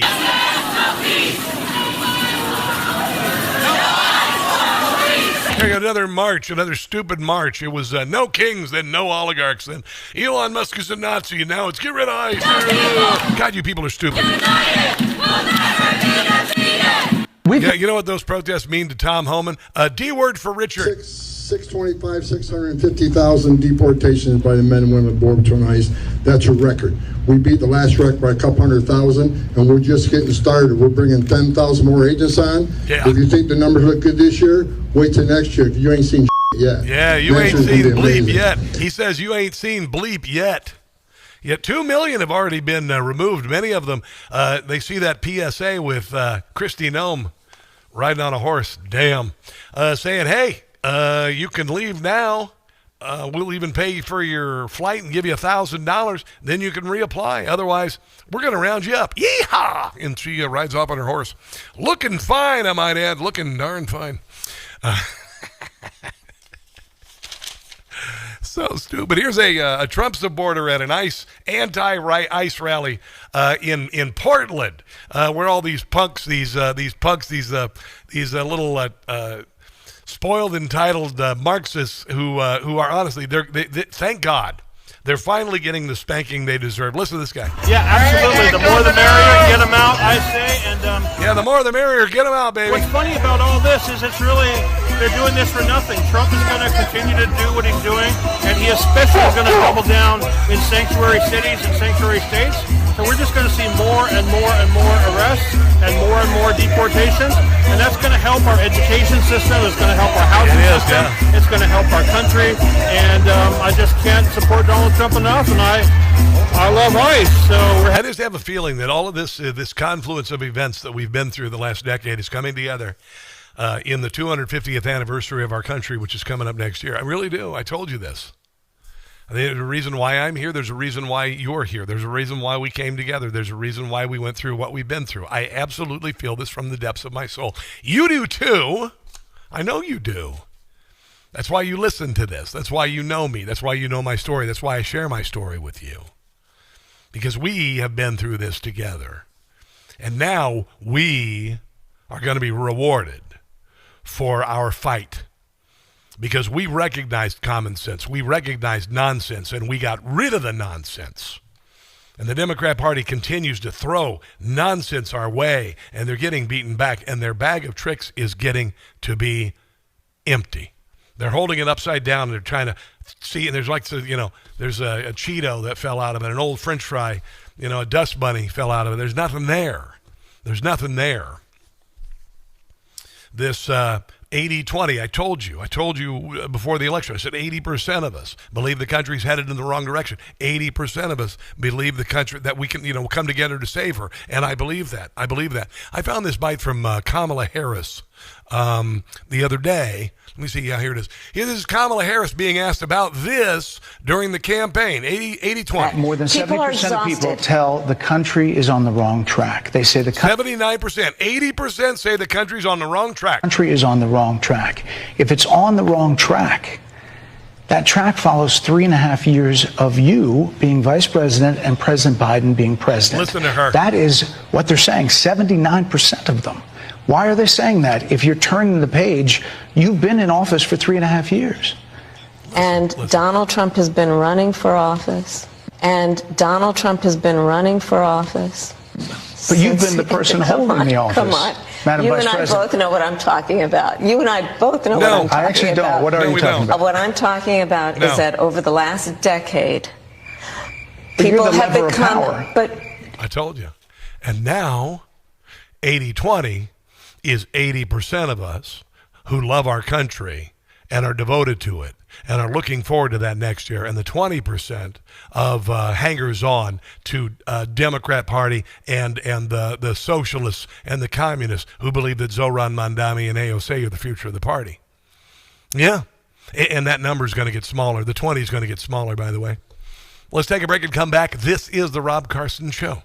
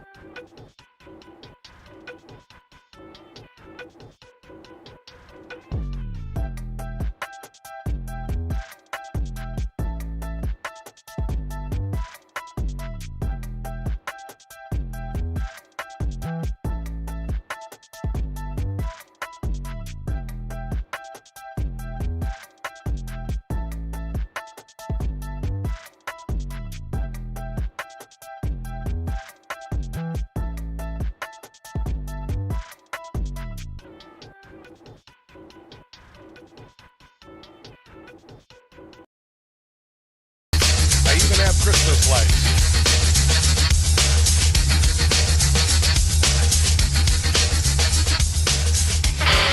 I was always really suspicious how everyone became overnight experts at everything. Yeah. You know what I mean? Like, they knew hydroxychloroquine. They couldn't pronounce ivermectin 10 This is disinformation. minutes ago, and now they're experts in it. Yeah. And also, I'll tell you when you should be suspicious. What? Be suspicious when people aren't sort of agnostic about things. Yeah. Like if you'd said to me, what about ivermectin or hydroxychloroquine, I'd go, well, I don't know. I'm not a doctor. Why don't you talk to your doctor about it? That's a Anyway, good idea. Yeah. Epidemiologist?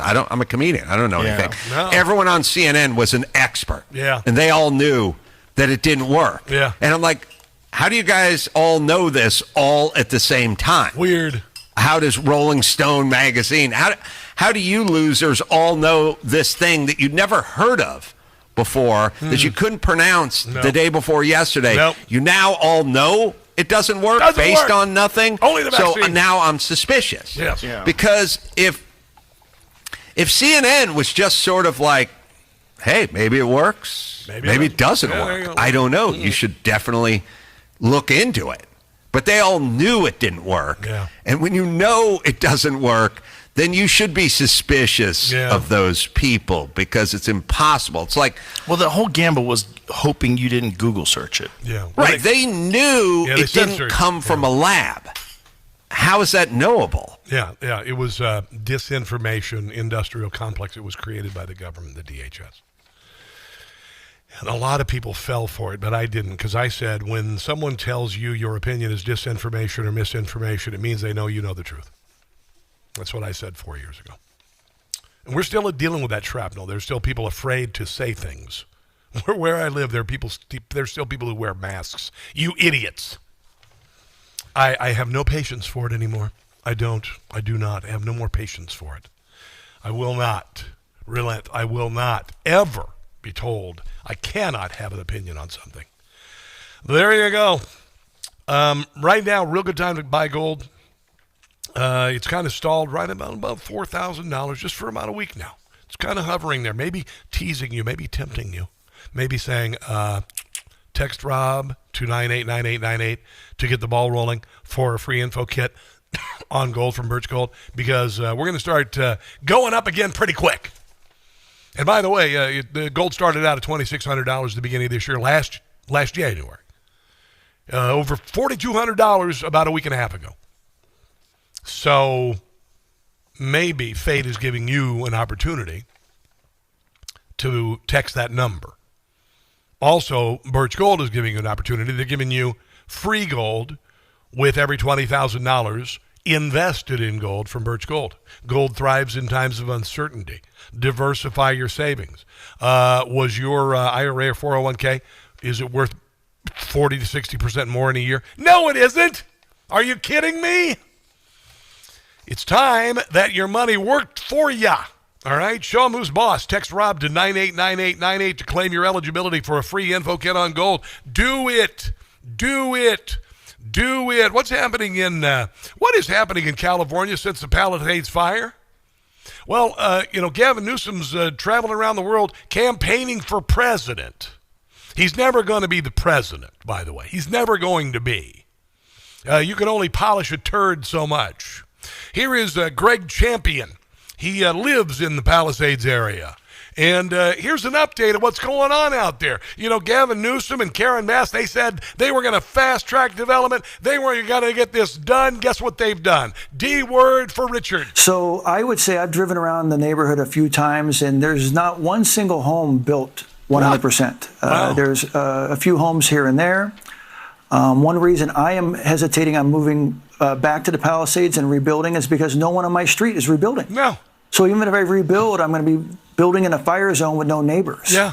And I spoke with two very well-known general contractors today in terms of permits. And I said, hey, tell me about the permit system. He says, she talked a good game. Yeah. President Trump came out right after the fires and basically put his finger in her chest and said, hey, get these permits through fast. Yeah. And she's all talk and no action. Of course. They are in the same people have to go through the same hoops and jump through the hoops to get the permits as they did before. There's no additional staffing. And, the build back in the Palisades is very, very slow at this time. Because this is what Democrats do.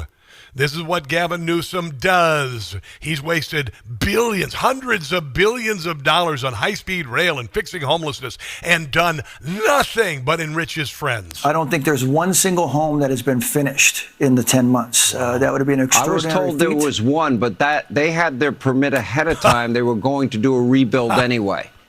Maybe that's from a friend of mine. Lone soldier out of thousands of houses, these fires were catastrophic to this beautiful neighborhood we know as Palisades. People moved out of state. They moved to Texas. Yep. They moved to Montana. I wonder why. They moved to Tennessee. Yeah. Those are states that have no income tax. They're Republican run. Done with California because of the mismanagement. You said it earlier. They mismanaged this fire before January 7th. They mismanaged it during the January 7th and beyond, and they certainly have mismanaged and miscommunicated aftermath. Because Democrats promise and they never deliver. Let's take a break and come back. This is the Rob Carson Show.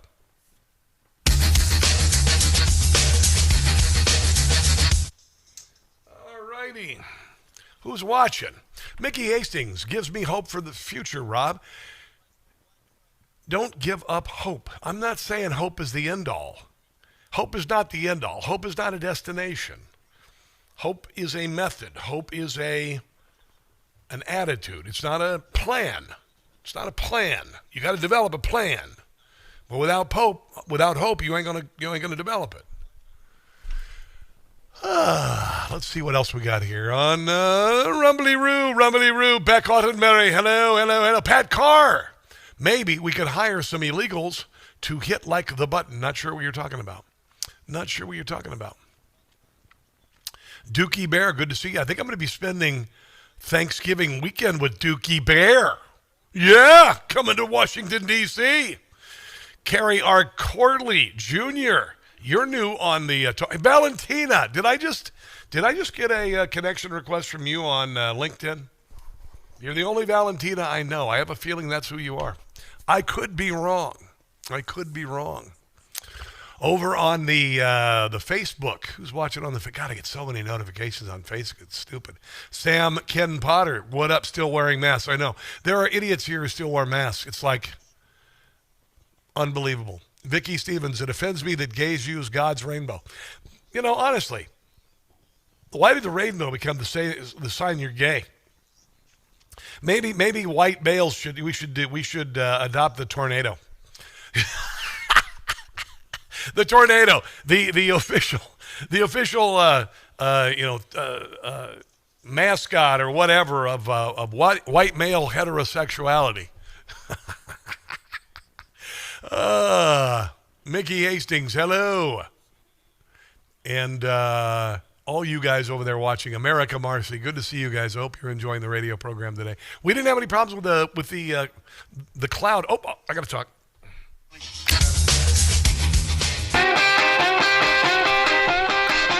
Here is the future governor of the state of California, Steve Hilton. I like him. I like the cut of his jib. Elise Stefanik's going to be the next governor of the state of New York.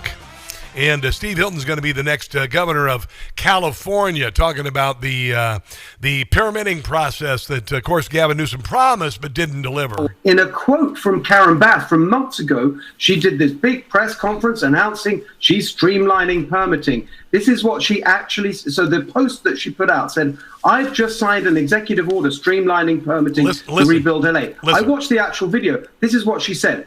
I have just signed an executive order tasking agency heads with developing paths forward to streamlining permitting. Total BS. These are process people. They have no idea how to get anything done. These are process people.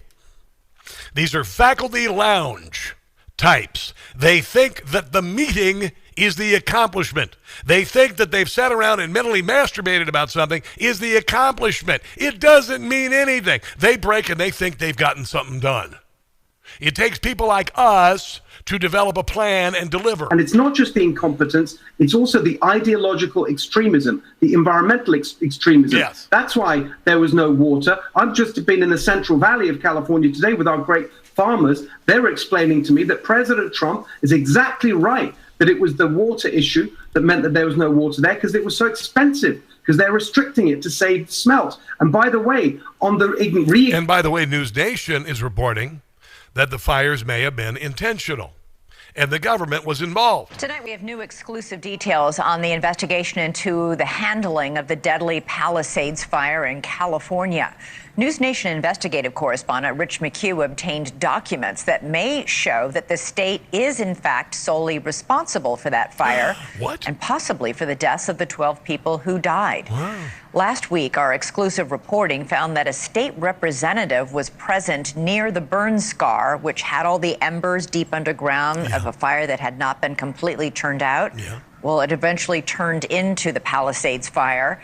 And apparently, they told the firefighters to abandon it. According to our reporting, a state representative was on the scene ordering firefighters around, telling them where they could and could not go. Yeah. Well, tonight, we not only have confirmation that a state representative was there, but we now know exactly when they arrived and why.